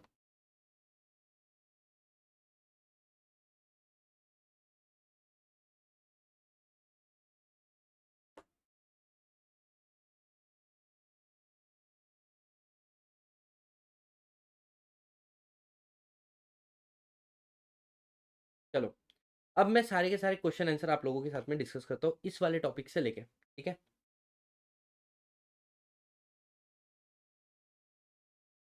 तो as you all are aware कि अब केस स्टडी सबसे इंपॉर्टेंट होती है। कोई भी चीज़ हम लोग पढ़ते हैं तो क्या वो एक्चुअली हमको उसकी नॉलेज आई है नहीं आई, कैसे पता चलेगा? उसके केस स्टडी सॉल्व करने के बाद में। तो हम लोग कुछ केस स्टडी सॉल्व करेंगे जहाँ से हम लोगों को समझ में आएगा कि हम लोगों ने जो पढ़ा वो एक्चुअली हमें समझ में आ रहा है नहीं आ रहा है। चलो देखो, ध्यान देना, केस स्टडी क्या है? Mister John a director of MNC limited which has accepted deposit from public, public से डिपॉजिट लिया है, एमएनसी लिमिटेड नाम की एक कंपनी है।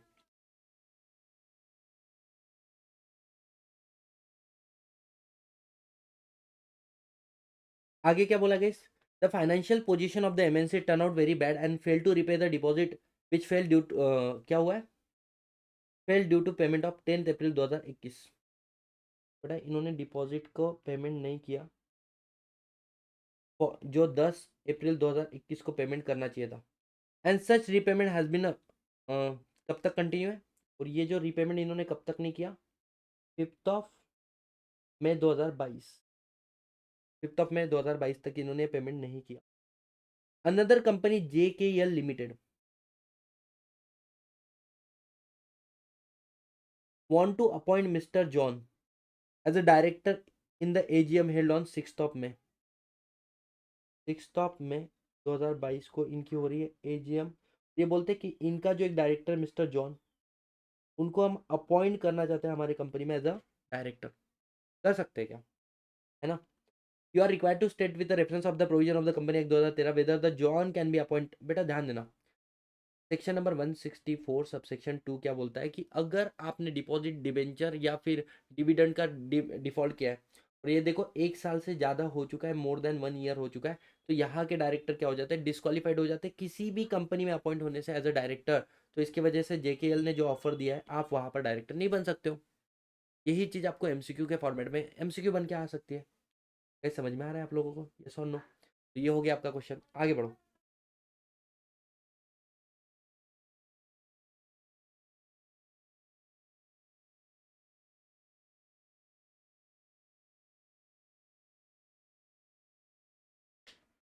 पढ़ो क्वेश्चन क्या है, एक बार अच्छे से पढ़ना।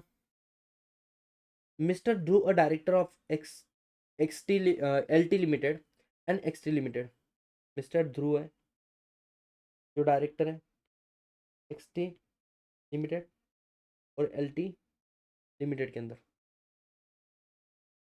डिड नॉट, अब इसमें से क्या है, LT लिमिटेड जो है ना, इसने क्या किया, अपने फाइनेंशियल स्टेटमेंट फाइल नहीं किए 2019, 20, 21, 3 साल तक इसने फाइनेंशियल स्टेटमेंट फाइल नहीं किए respectively with the register of company as amended under the company act 2013, है ना।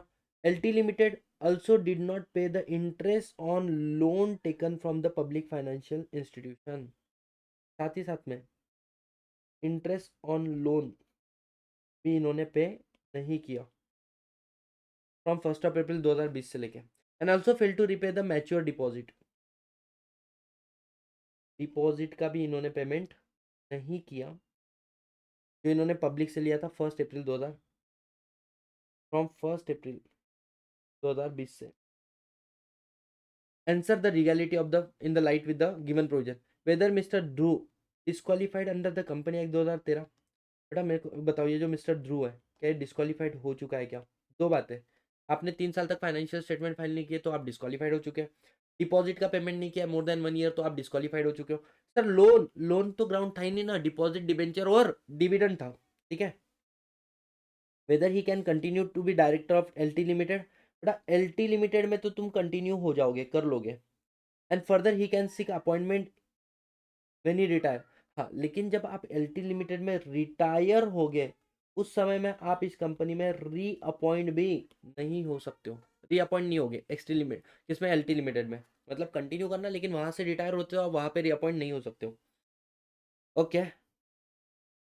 ध्रुव propose to appoint additional director in MN limited, there is a company called MN limited. क्या इसके अंदर वो डायरेक्टर बोलकर appoint हो सकता है, नहीं हो सकता है क्योंकि तू डिस्क्वालीफाइड हो चुका है। और XT लिमिट के टेट के अंदर इसको अपना ऑफिस क्या करना पड़ेगा, वैकेट करना पड़ेगा, वैकेट करना पड़ेगा। ये समझ में आ रहा है आप लोगों को। तो ऐसे क्वेश्चन आपके एग्जाम में बन सकते हैं। तो कंक्लूजन देख लो, ध्रुव डिस्क्वालीफाइड हो जाएगा, ही कैन कंटिन्यू LT लिमिटेड लेकिन वैकेट करेगा XT लिमिटेड को।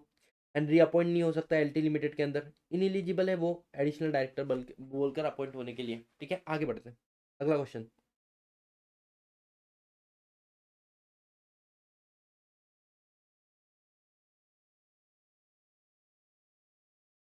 पढ़ो। क्वेश्चन क्या है, पढ़ना गाइस एक बार। मिस्टर के एक स्मॉल शेयर होल्डर डायरेक्टर है KGP टायर्स लिमिटेड का।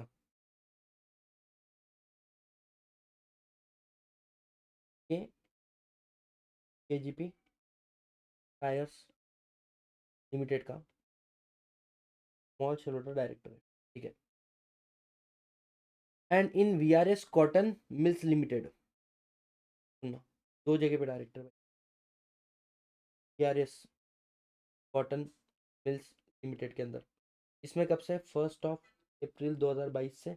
इसमें कब से? 1 अप्रैल 2021 से। 2 जगह पे डायरेक्टर है इन कंप्लायंस। आगे, messrs KGP tyres limited has not paid interest on public deposit due on 1 July 2021।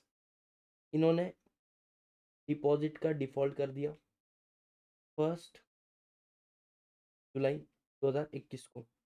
In the light with the given above examine करना है आपको क्या, वेदर मिस्टर के a small shareholder director shall vacate his office from KGP Tyres Limited and VRS Tyres Limited। तो बेटा सुनना, mister के जो होगा, तू KGP में तो कंटिन्यू करेगा, लेकिन हाँ VRS में तुझे वैकेट करना पड़ेगा अपना ऑफिस। आगे क्या बोला guys? If yes state the period for which office of director shall become vacate. अब देख, तू यहाँ से जो वैकेट करेगा वो कब से वैकेट करेगा? कब से? अगर ये डिपॉजिट क्या हुआ था 1 जुलाई को है ना, मतलब 1 जुलाई 2022, 1 साल के बाद में, if deposit is due and not paid for more than 1 year, तो 1 जुलाई 2022 के बाद में आपको अपना ऑफिस वैकेट करना पड़ेगा for how many years? 5 years. 5 years. तो देखो 1 जुलाई 2022 के बाद में आप अपने ऑफिस को वैकेट करोगे। ठीक है, अगला क्वेश्चन।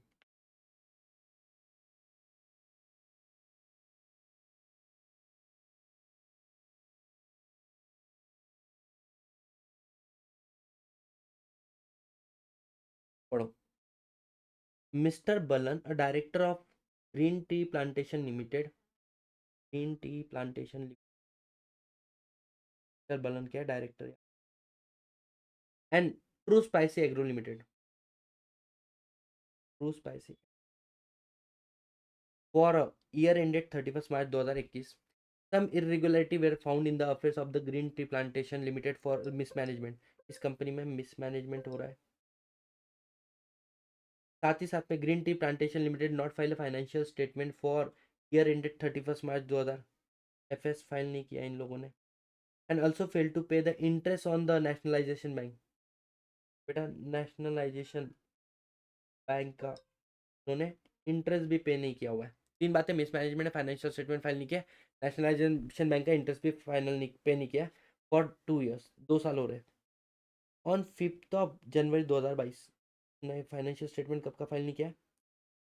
31 मार्च 2021। ऑन 5 जनवरी 2022 को इसका नाम प्रपोज किया है additional director in standard agro product limited. Standard agro product limited में 5 जनवरी 2022 को इसका प्रपोज किया नाम। और इसने एक डिक्लेरेशन दे दिया कि मैं डिस्क्वालीफाइड नहीं हूँ, I am not a disqualified to appoint as a director. तो क्या डिक्लेरेशन सही है? डिक्लेरेशन सही है कि ही इज नॉट एलिजिबल। बलम बोलता है मैं डिस्क्वालीफाइड नहीं हूँ, मैं तुम्हारे कंपनी में अपॉइंट हो सकता हूँ। देखो, मिसमैनेजमेंट का कई ग्राउंड हमने पढ़ा ही नहीं है। फाइनेंशियल स्टेटमेंट अभी देखो 2022 चल रहा है और 21 का फाइल नहीं किया, मतलब सिर्फ 1 साल का नहीं किया ना, 3 साल का नहीं करते तो क्वेश्चन आता। और नेशनलाइजेशन बैंक का कोई पॉइंट नहीं, डिपॉजिट डिबेंचर और डिविडेंड का पॉइंट है। तो ये जो डिक्लेरेशन दिया हुआ है इसने, मिस्टर बलम ने, क्या वो वैलिड है? आंसर इज यस, वो डिक्लेरेशन तो वैलिड है। And he can continue as a director in the green tea plantation the true spicy. हाँ, ये दोनों में अपनी डायरेक्टरशिप को कंटिन्यू कर सकता है, कोई प्रॉब्लम है ही नहीं। हो गया, ये वाला क्वेश्चन भी आसान था यार। अब एक देखो, Yashpal and Duggal propose to appoint as a director in the light tube limited at a AGM held on 2 May 2022।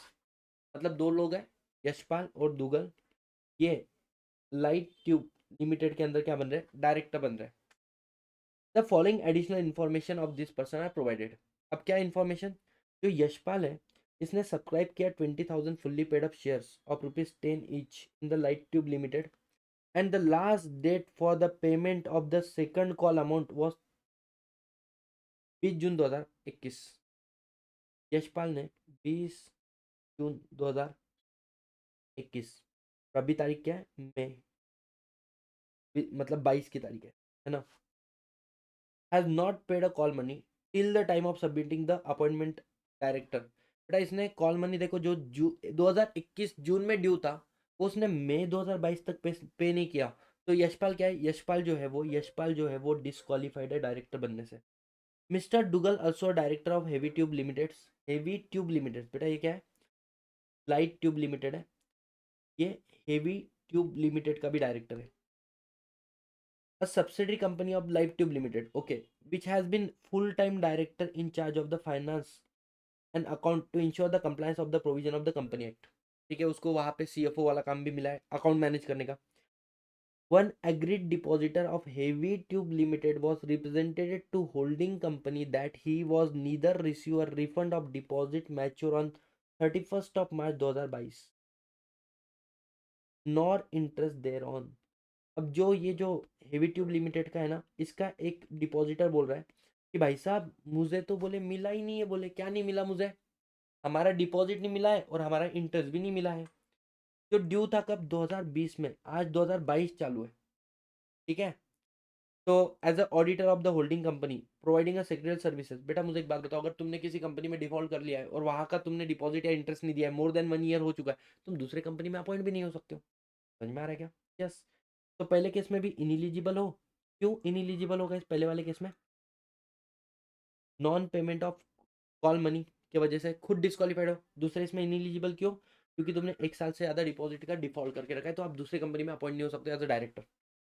अब आते हैं, the board of director of the ABC limited declared the interim dividend on the current financial year 2022-23 and the proposed dividend declare was accepted at a meeting and the dividend was declared. Dividend declare किया, वो accept भी हो गया। ठीक है, however due to some reason the company failed to pay the dividend to the shareholder within the prescribed time। 1 साल के अंदर डिविडेंड पे नहीं किया। the Mr. Futuristic, a director of a company on of this company had offer of appointment as a director in PQR Limited। बेटा appoint हो सकता है PQR में? आंसर इज नो, नहीं हो सकता है, क्योंकि कंपनी में डिफॉल्ट है डिविडेंड का, तो 5 साल के लिए नहीं हो सकता है। He wishes to take up the post, नहीं हो सकता। And discuss the appointment of the futuristic in PQR, तो नहीं हो सकता, सीधी सी बात है। हाँ, एलिजिबल कब हो सकता है? अगर डिपॉजिट का जो डिफॉल्ट है डिविडेंड का, वो 1 साल से छोटा है, तो फिर आप अपॉइंट हो सकते हो। नेक्स्ट क्वेश्चन गाइस, डायरेक्टर, ये 164 का लास्ट क्वेश्चन है। ठीक है, एबीसी लिमिटेड नाम की एक होली ओन गवर्नमेंट कंपनी है, इसने भी 3 साल तक अपने फाइनेंशियल स्टेटमेंट फाइल नहीं किए है और एनुअल रिटर्न भी 1 साल का फाइल नहीं किया है। उसके बाद में कंपनी अपॉइंट कर रही है मिस्टर प्रथम को as a non executive director on 1 May 2022 को। कब? देखो कंपनी ने डिफॉल्ट किया है, मतलब कंपनी डिफॉल्ट है, इसके डायरेक्टर जो डिस्क्वालीफाइड हो जाएंगे। बेटा लेकिन तुमने फाइनेंशियल स्टेटमेंट एनुअल रिटर्न का डिफॉल्ट किया है, तो गवर्नमेंट कंपनी को एग्जाम्पशन नहीं है। डिविडेंड डिपॉजिट और ये डिविडेंड डिपॉजिट और डिवेंचर का डिफॉल्ट किया है, तो गवर्नमेंट कंपनी को एग्जाम्पशन है। ठीक है, meanwhile mister Pratham receive offer letter from the AK limited in the month of सितंबर। देखो मिस्टर प्रथम को अपॉइंट किया हमने डिफॉल्टिंग कंपनी में फर्स्ट ऑफ में 1 मई 2022 को। हमने बोला था 6 महीने तक ये डिस्क्वालीफाइड नहीं होता है। अब मई से 6 महीने देखोगे, मई, जून, जुलाई, अगस्त, सितंबर, अक्टूबर में वो डिस्क्वालीफाइड होगा अगर उसने डिफॉल्ट को गुड नहीं किया। और इसको सितंबर महीने में ही किसी एके लिमिटेड नाम से कंपनी से ऑफर आया। ठीक है, क्या वो एक्सेप्ट कर सकता है? एलिजिबल है? आंसर इज यस, क्योंकि 6 महीने हुए नहीं है, तो इज नॉट डिस्क्वालीफाइड, तो एके लिमिटेड में वो डायरेक्टरशिप ले सकता है। ठीक है, तो क्वालिफाइड है वो एके लिमिटेड में डायरेक्टर बनने के लिए। तो आई hope you understand each and every single point. ठीक है सर, इसी के साथ में सेक्शन नंबर 164 पे क्या क्या एग्जाम्पल बन सकते हैं फॉर मोर क्लैरिटी।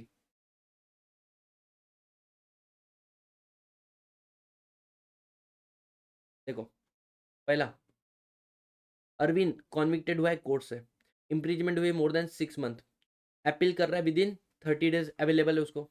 अगर अपील फाइल नहीं किया तो डिस्क्वालिफिकेशन कंफर्म है, you have to vacate your office.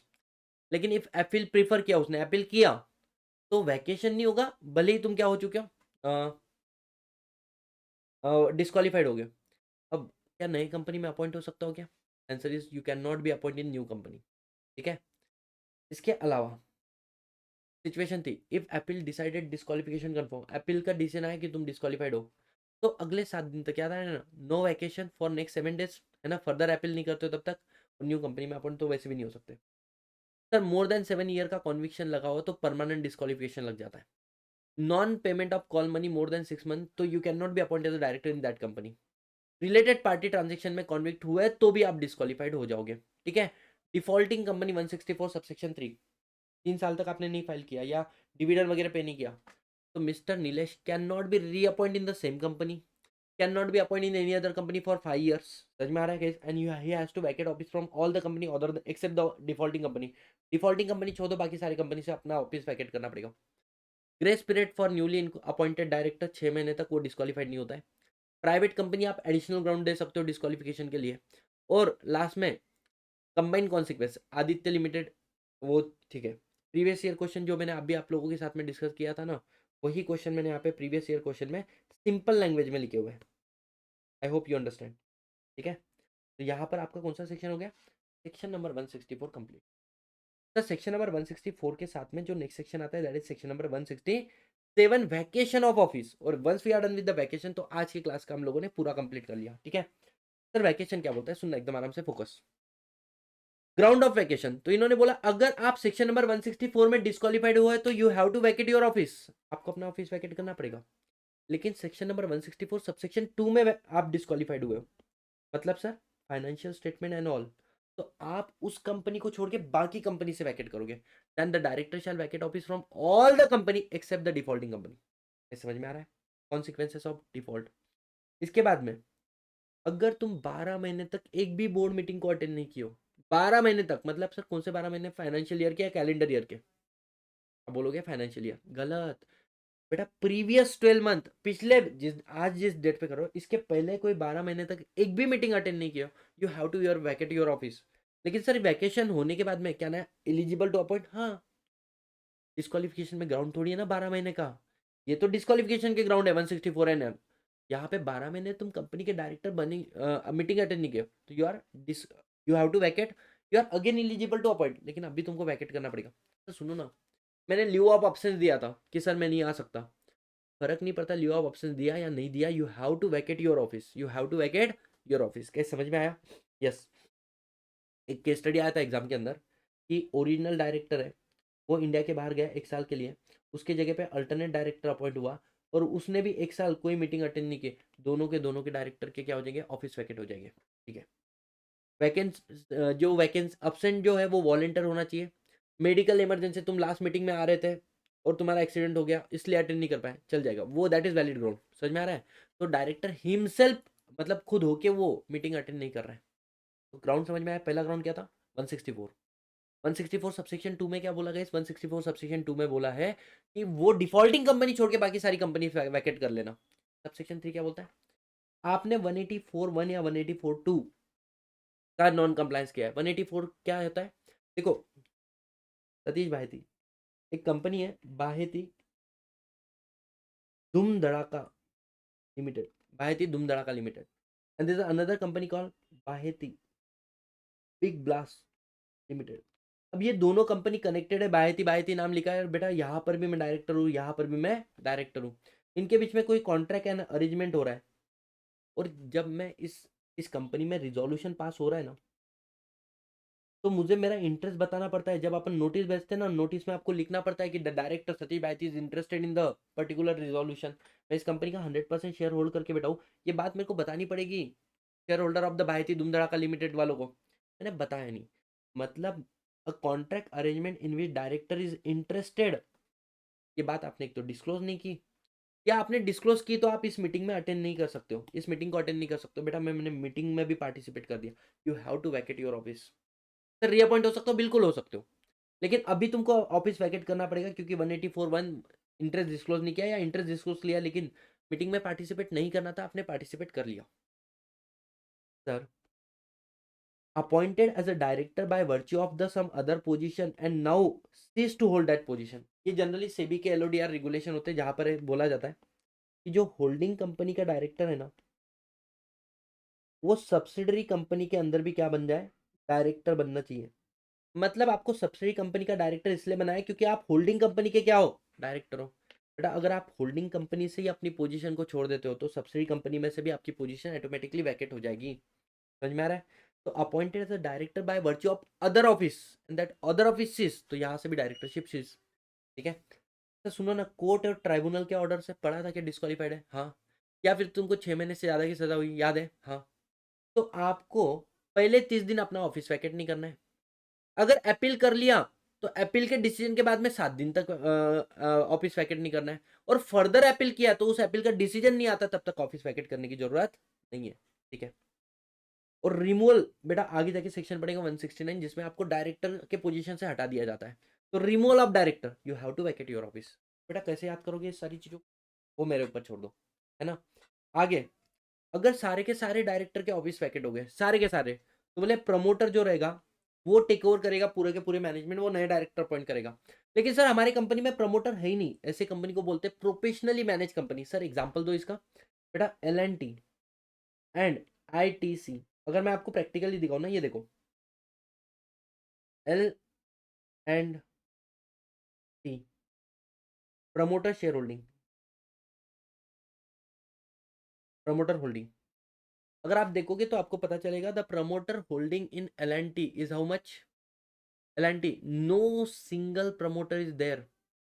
और आगे जाके देखोगे तो प्रमोटर शेयर होल्डिंग भी कितनी आती है, 0 आती है। तो बोलने का बड़ा सिंपल सा मतलब है कि सारे के सारे डायरेक्टर गए तो प्रमोटर देख लेंगे, और प्रमोटर ही नहीं है कंपनी में, तो बेटा फिर सेंट्रल गवर्नमेंट के पास पावर आ जाती है कि वो तुम्हारे डायरेक्टर अपॉइंट करेंगे। और सेंट्रल गवर्नमेंट ने जो डायरेक्टर अपॉइंट किए कितने, मिनिमम नंबर ऑफ डायरेक्टर जो कंपनी को चलाने के लिए चाहिए ना, उतने अपॉइंट करेगा।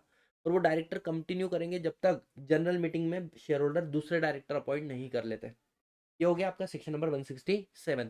बेटा देखो पूरा 167 इजी हो गया, कैसे। 164 में डिस्क्वालीफाइड हो तो you have to vacate your office. Sir 164 की डिस्क्वालिफिकेशन एक बार याद करा दो ना सर। 9 ग्राउंड थे guys. Unsound mind, undischarged insolvent, insolvency के लिए अप्लाई किया, एप्लीकेशन पेंडिंग है तुम्हारा। ठीक है, और आगे क्या था गाइस, याद करना। तुम लोगों को हम लोगों ने क्या बोला है, कॉल मनी मंगाया, 6 महीने से ज़्यादा हो गए तुमने पे नहीं किया, तुम्हारे पास 152 में डिन नहीं है, और साथ ही साथ में तुम्हारे पास 165 maximum number of directorship, convict हुए हो फॉर मोर देन 6 मंथ, या फिर कोर्ट ऑर्डर से डिस्क्वालीफाइड हुए हो, या फिर 188 का डिस्क्वालीफिकेशन तुमने कॉन्फ्लिक्ट किया, in all cases you have to vacate your office. हाँ, लेकिन यहाँ पर 3 बातें समझी हमने। 6 महीना और डिस्क्वालिफिकेशन के केस में पहले 3 दिन 30 दिन ऑफिस वैकेट नहीं करना। अपील हुआ है तो अपील एंड होने के 7 दिन तक वैकेट मत करना, और सेकंड अपील किए तो वो केस एंड नहीं होता है तब तक वैकेट करने की जरूरत नहीं है। ठीक है सर, 164 सबसेक्शन 3 क्या बोलता है, 3 साल तक तुमने financial statement annual return file नहीं किया है, या फिर तुमने क्या नहीं किया है, डी डिपॉजिट उसका इंटरेस्ट, डिवेंचर उसका इंटरेस्ट, या डिविडेंड का डिफॉल्ट किया, and the default continue for more than 1 year. तो आप डिफॉल्टिंग कंपनी तो कंटिन्यू करोगे, बाकी कंपनी में आप क्या नहीं करोगे, उससे ऑफिस को क्या करोगे, वैकेट करोगे।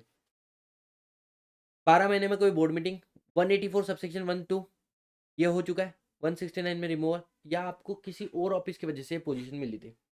Subsection 2, if all director Venkat, promoter देख लेंगे, प्रमोटर नहीं तो सीजी अपॉइंट करेंगे, वो उसको कंटिन्यू करेंगे टिल जनरल मीटिंग में अपॉइंटमेंट नहीं होता है।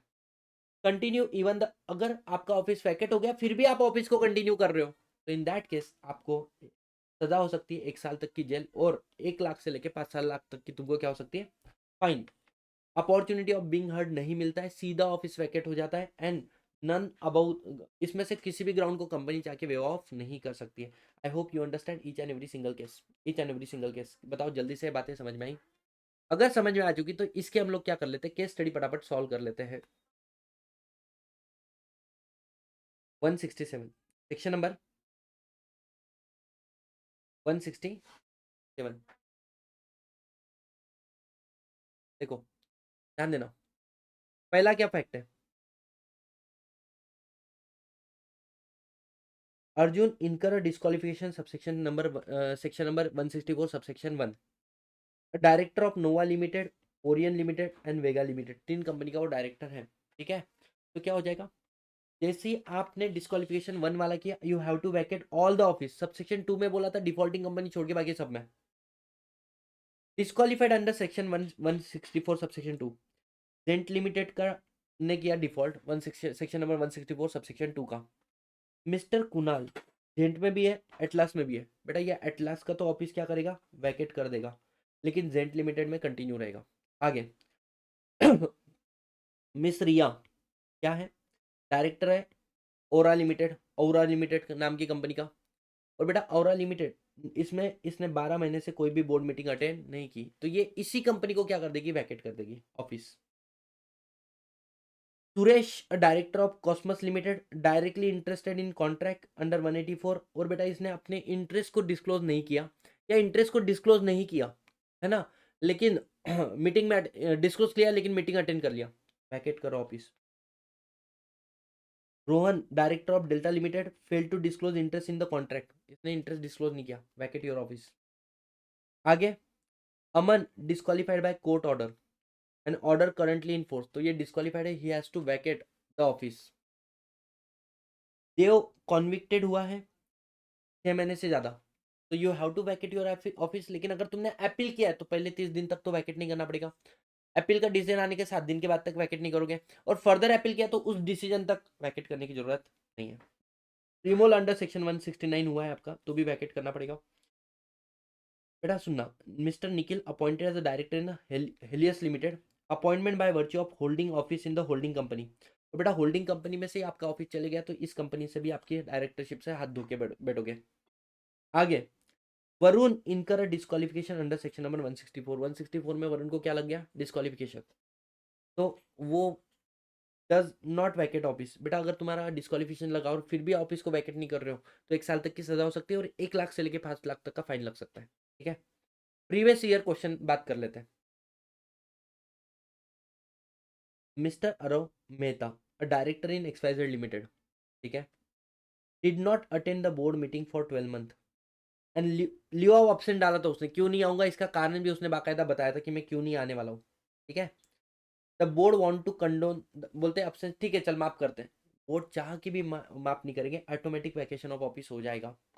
आगे Arav Mehta wishes to continue as a director, board value his professional competence, उसको कंटिन्यू करता है, he can not retain as a existing director. हाँ आप एडिशनल डायरेक्टर बोलकर उसको बोर्ड बाद में अपॉइंट कर ले, मतलब आप भले डिस्क्वालीफाइड हो, मतलब वैकेट किए हो, आप फिर से अपॉइंट हो सकते हो, क्वेश्चन मैंने बोला था आएगा। ABC limited fail to appoint file financial statement for 3 continue years, 3 साल तक फाइनेंशियल स्टेटमेंट फाइल नहीं किए, and petitioner are a director of ABC limited, अब जो डायरेक्टर है उसने पिटिशन कर दिया, पहले 30 डेज आपको क्या करना है, सुनना, डिस्क्वालीफाइड हो, डिस्क्वालिफिकेशन तो अट्रैक्ट हो गया, can not be appointed reappointed in ABC limited, और डिस्क्वालिफिकेशन 5 साल के लिए कंटिन्यू है। Mister Rohan a director in JKL limited and MNO limited, Rohan है जेकेएल एमएनओ लिमिटेड दो में कंपनी है, और बेटा disqualified due to ABC limited, तो in that case JKL limited ABC MNO में तो वैकेट करेगा, एबीसी में कंटिन्यू रहेगा। नेक्स्ट क्वेश्चन क्या बोलता है guys, offer of directorship during the disqualification. देखो मिस्टर कबीर जो है वो डायरेक्टर है टीवीयू लिमिटेड, उसको डायरेक्ट ऑफर आया डायरेक्टरशिप टीवीयू लिमिटेड के अंदर, टीयूवी लिमिटेड के अंदर, लेकिन वो कंपनी का ऐसे कंपनी का डायरेक्टर है जो ऑलरेडी 164 सबसेक्शन 2 का डिस्क्वालिफिकेशन कर चुके हैं, क्या वो नए कंपनी में डायरेक्टरशिप ले सकता है, आंसर इज नो। अच्छा, अब अनन्या जो है वो अपॉइंट हुई है जस्ट 1 मंथ बिफोर ऐसी कंपनी में जो कंपनी डिफॉल्टिंग है, तो क्या वो डिस्क्वालीफाइड मानी जाएगी, पहले 6 महीने के लिए वो डिस्क्वालीफाइड नहीं मानी जाएगी। सर अब नेक्स्ट क्वेश्चन आया क्या, कि अगर एक व्यक्ति है जिसने मीटिंग अटेंड की है, कैसे की है, 12 महीने में 4 मीटिंग हुई, एक भी मीटिंग अटेंड नहीं की है, एक मीटिंग अटेंड किया आपने वीडियो ऑडियो विजुअल मीन्स से ऑनलाइन की है, ऑफलाइन नहीं की है, still you are not, you need not to vacate your office, क्यों, अरे एक तो मीटिंग अटेंड किया ना कम से कम, दैट इज ओके, ऑफलाइन की ऑनलाइन की मैटर नहीं करता है, और आपका अपॉइंटमेंट हुआ है उसके बाद आप डील ले रहे हो, गलत है, वो अपॉइंटमेंट ही गलत है। बस यही वो क्वेश्चन है जो आपके एग्जाम में आते हैं, सर आप देखो यही क्वेश्चन आपके एग्जाम में है, सेक्शन नंबर 167, ध्यान दो, पढ़ो एक बार क्वेश्चन पढ़ो, क्या लिखा हुआ है, अर्णव मेहता एक क्वालिफाइड चार्टर्ड अकाउंटेंट है, इसका नॉलेज बहुत अच्छा है कॉर्पोरेट इकोनॉमिक्स लॉ का, डायरेक्टर है एक्सवाइजेड लिमिटेड का, है ना, और बहुत ज़्यादा प्री ऑक्यूपाइड है, इसके वजह से ये 12 महीने के अंदर एक भी मीटिंग को अटेंड नहीं कर पाया है, और लीव ऑफ ऑप्शन भले इसने डाला है, लेकिन अब एक भी मीटिंग अटेंड नहीं किया तो इसका ऑफिस क्या हो जाएगा, वैकेट। लेकिन बोर्ड चाहते हैं कि इसको कंटिन्यू करे डायरेक्टर को, तो क्या बोर्ड ऐसा कर सकता है, आंसर इज नो, क्योंकि उसका ऑफिस हो चुका है ऑटोमेटिकली वैकेट। अर्णव मेहता को वापस रीअपॉइंट कर सकते हैं, बिल्कुल कर सकते हो। आगे क्या बोला गया, नेक्स्ट क्वेश्चन देखो। अब ये मस्त क्वेश्चन था, बहुत ही प्यारा क्वेश्चन था, मुझे मतलब बहुत अच्छा लगा था। अब पिटिशनर एबीसी लिमिटेड बोलकर एक कंपनी जिसने डिफॉल्ट किया है 164 सबसेक्शन 2, मतलब फाइनेंशियल स्टेटमेंट या फिर डिपॉजिट डिविडेंड या डिवेंचर का, डिपॉजिट डिवेंचर और डिविडेंड का। अब ऐसे non filing of financial statement and all, अब इसके जो लोग हैं ना डायरेक्टर, वो डिस्क्वालीफाइड तो हो चुके हैं। इसमें एक डायरेक्टर है रोहन, जो जेकेएल लिमिटेड एमोनो लिमिटेड के अंदर भी डायरेक्टर है। ये क्वेश्चन अगर देखो तो शॉर्ट फॉर्म में मैंने सॉल्व करवा दिया है। इसके अंदर अनन्या जो है वो सिर्फ 1 महीने पहले अपॉइंट हुई थी, और मिस्टर कबीर जो है उसको एक नए कंपनी से अपॉइंटमेंट आया है, TUV लिमिटेड से। ठीक है, क्वेश्चन ही आता है, on a validity of attracting disqualification ABC limited vacation and their directorship. सुनना, जैसे ही आपको डिस्क्वालिफिकेशन लगता है 164 सबसेक्शन 2 का, you have to vacate your office from all the company except the defaulting company. Defaulting company से ऑफिस वैकेट नहीं करोगे। ठीक है, अब next point, and you can not be appoint as a director in any other company for next 5 year, और same company में reappoint नहीं हो सकते। What will be consequences mister Rohan? Rohan, तुझे ये 2 कंपनी से अपना ऑफिस वैकेट करना पड़ेगा जो अदर कंपनी है। उसके बाद में कबीर, कबीर तू नई डायरेक्टरशिप ले नहीं सकता क्योंकि तेरी कंपनी को डिफॉल्टिंग कंपनी माना गया है न्यू कंपनी में अपॉइंटमेंट। और अनन्या का लीगल पोजीशन क्या है? अनन्या तू अगले 6 महीने तक, एक ही महीने पहले अपॉइंट हुई ना, और 5 महीने तक तू डिस्क्वालीफाइड नहीं है। अब देखो next question, XYZ limited 4 board meeting रखी थी, all board meeting where held at a resistor office. इसके अंदर रमेश जो है, इसने एक भी बोर्ड मीटिंग अटेंड नहीं किया, लेकिन एक मीटिंग अटेंड की थी इसने ऑडियो विजुअल मीन से, है ना? तो ये सही है गलत है, चल जाएगा। और एक सुरेश बोलकर डायरेक्टर है जिसको अपॉइंट किया अगस्त मंथ में, लेकिन उसको डीन मिलता है कब? इन द मंथ ऑफ सितंबर, मतलब बाद में मिलता है। वैलिड इनवैलिड बेटा गलत है ना, appointment without dean is itself invalid, vacation of office. ये 2 चीजें हो गई। तो this is all about your section number 167। अब सेक्शन नंबर 167 हो गया। आज हम लोगों ने क्या क्या पढ़ा सर? ध्यान देना, हम लोगों ने पढ़ा section number 160, 164 and section number 167, और साथ ही साथ में हमने देखे इसके केस स्टडी एंड एग्जाम्पल। ठीक है, ये एग्जाम ओरिएंटेड बैच है लेकिन बहुत डिटेल बैच है। आप लोगों को पता है आपका पेपर पैटर्न चेंज हो चुका है। अगर आपको लग रहा है कि बहुत सही से अपनी ये बैच चल रही है तो मेक श्योर आप इस वीडियो के नीचे कमेंट करो। और साथ ही साथ क्या होने वाला है, ये था डेमो लेक्चर 2, और एक लेक्चर आएगा demo lecture 3। But demo lecture 3 will be the last lecture, है ना, जो यूट्यूब पे रहेगा। इसके बाद में हमारे डेमो लेक्चर नहीं आएंगे। उसके बाद में जो बच्चे एकत्वम फॉर CMA चैनल पे जाके या हमारे रिस्पेक्टिव सेंटर पे जाके हमारे लेक्चर के परचेस कर रहे हैं, बस उन्हीं लोगों को एक्सेसिबल रहेंगे। एंड आप लोगों को पता है कि बड़ी शिद्दत से हम लोग इस वाली बैच को कंटिन्यू कर रहे हैं। ठीक है, तो देखो यार, पहला पेपर है, एक बात ये समझना तुम, कि है ना, कभी भी investment in your career is not your liability, it's your asset. अगर आज तुम पैसा डाल रहे हो ना, तो आप अपने करियर के लिए पैसा डाल रहे हो। ठीक है, छोटा मोटा अमाउंट है। फर्स्ट पेपर, पहली बात आपने ये देखा कि जितनी भी बातें मैं आपसे कर रहा हूँ, मैं थेरी बातें कर ही नहीं रहा हूँ, मैं प्रैक्टिकली चीज़ों को समझाने की कोशिश कर रहा हूँ। और जो चीज़ों को हम लोगों ने किया है भाई साहब, उसका एक एक क्वेश्चन मैं क्लास के अंदर केस स्टडी सॉल्व करवा के ले रहा हूँ। It means what, this is a perfect plan for your CMA final journey. समझ में आ रहा है? इतनी शिद्दत से, इतनी निष्ठा के साथ में हम लोग कर रहे हैं। तो if you really wish to join your classes, nominal fee, just हम तो वैसे भी बुक कॉस्ट ही ले रहे हैं, तो यू में ज्वाइन, है ना। बट इन केस अगर नहीं भी ज्वाइन कर सकते हो तो do share with your friend as well. ठीक है, thank you so much guys, see you all in the next class.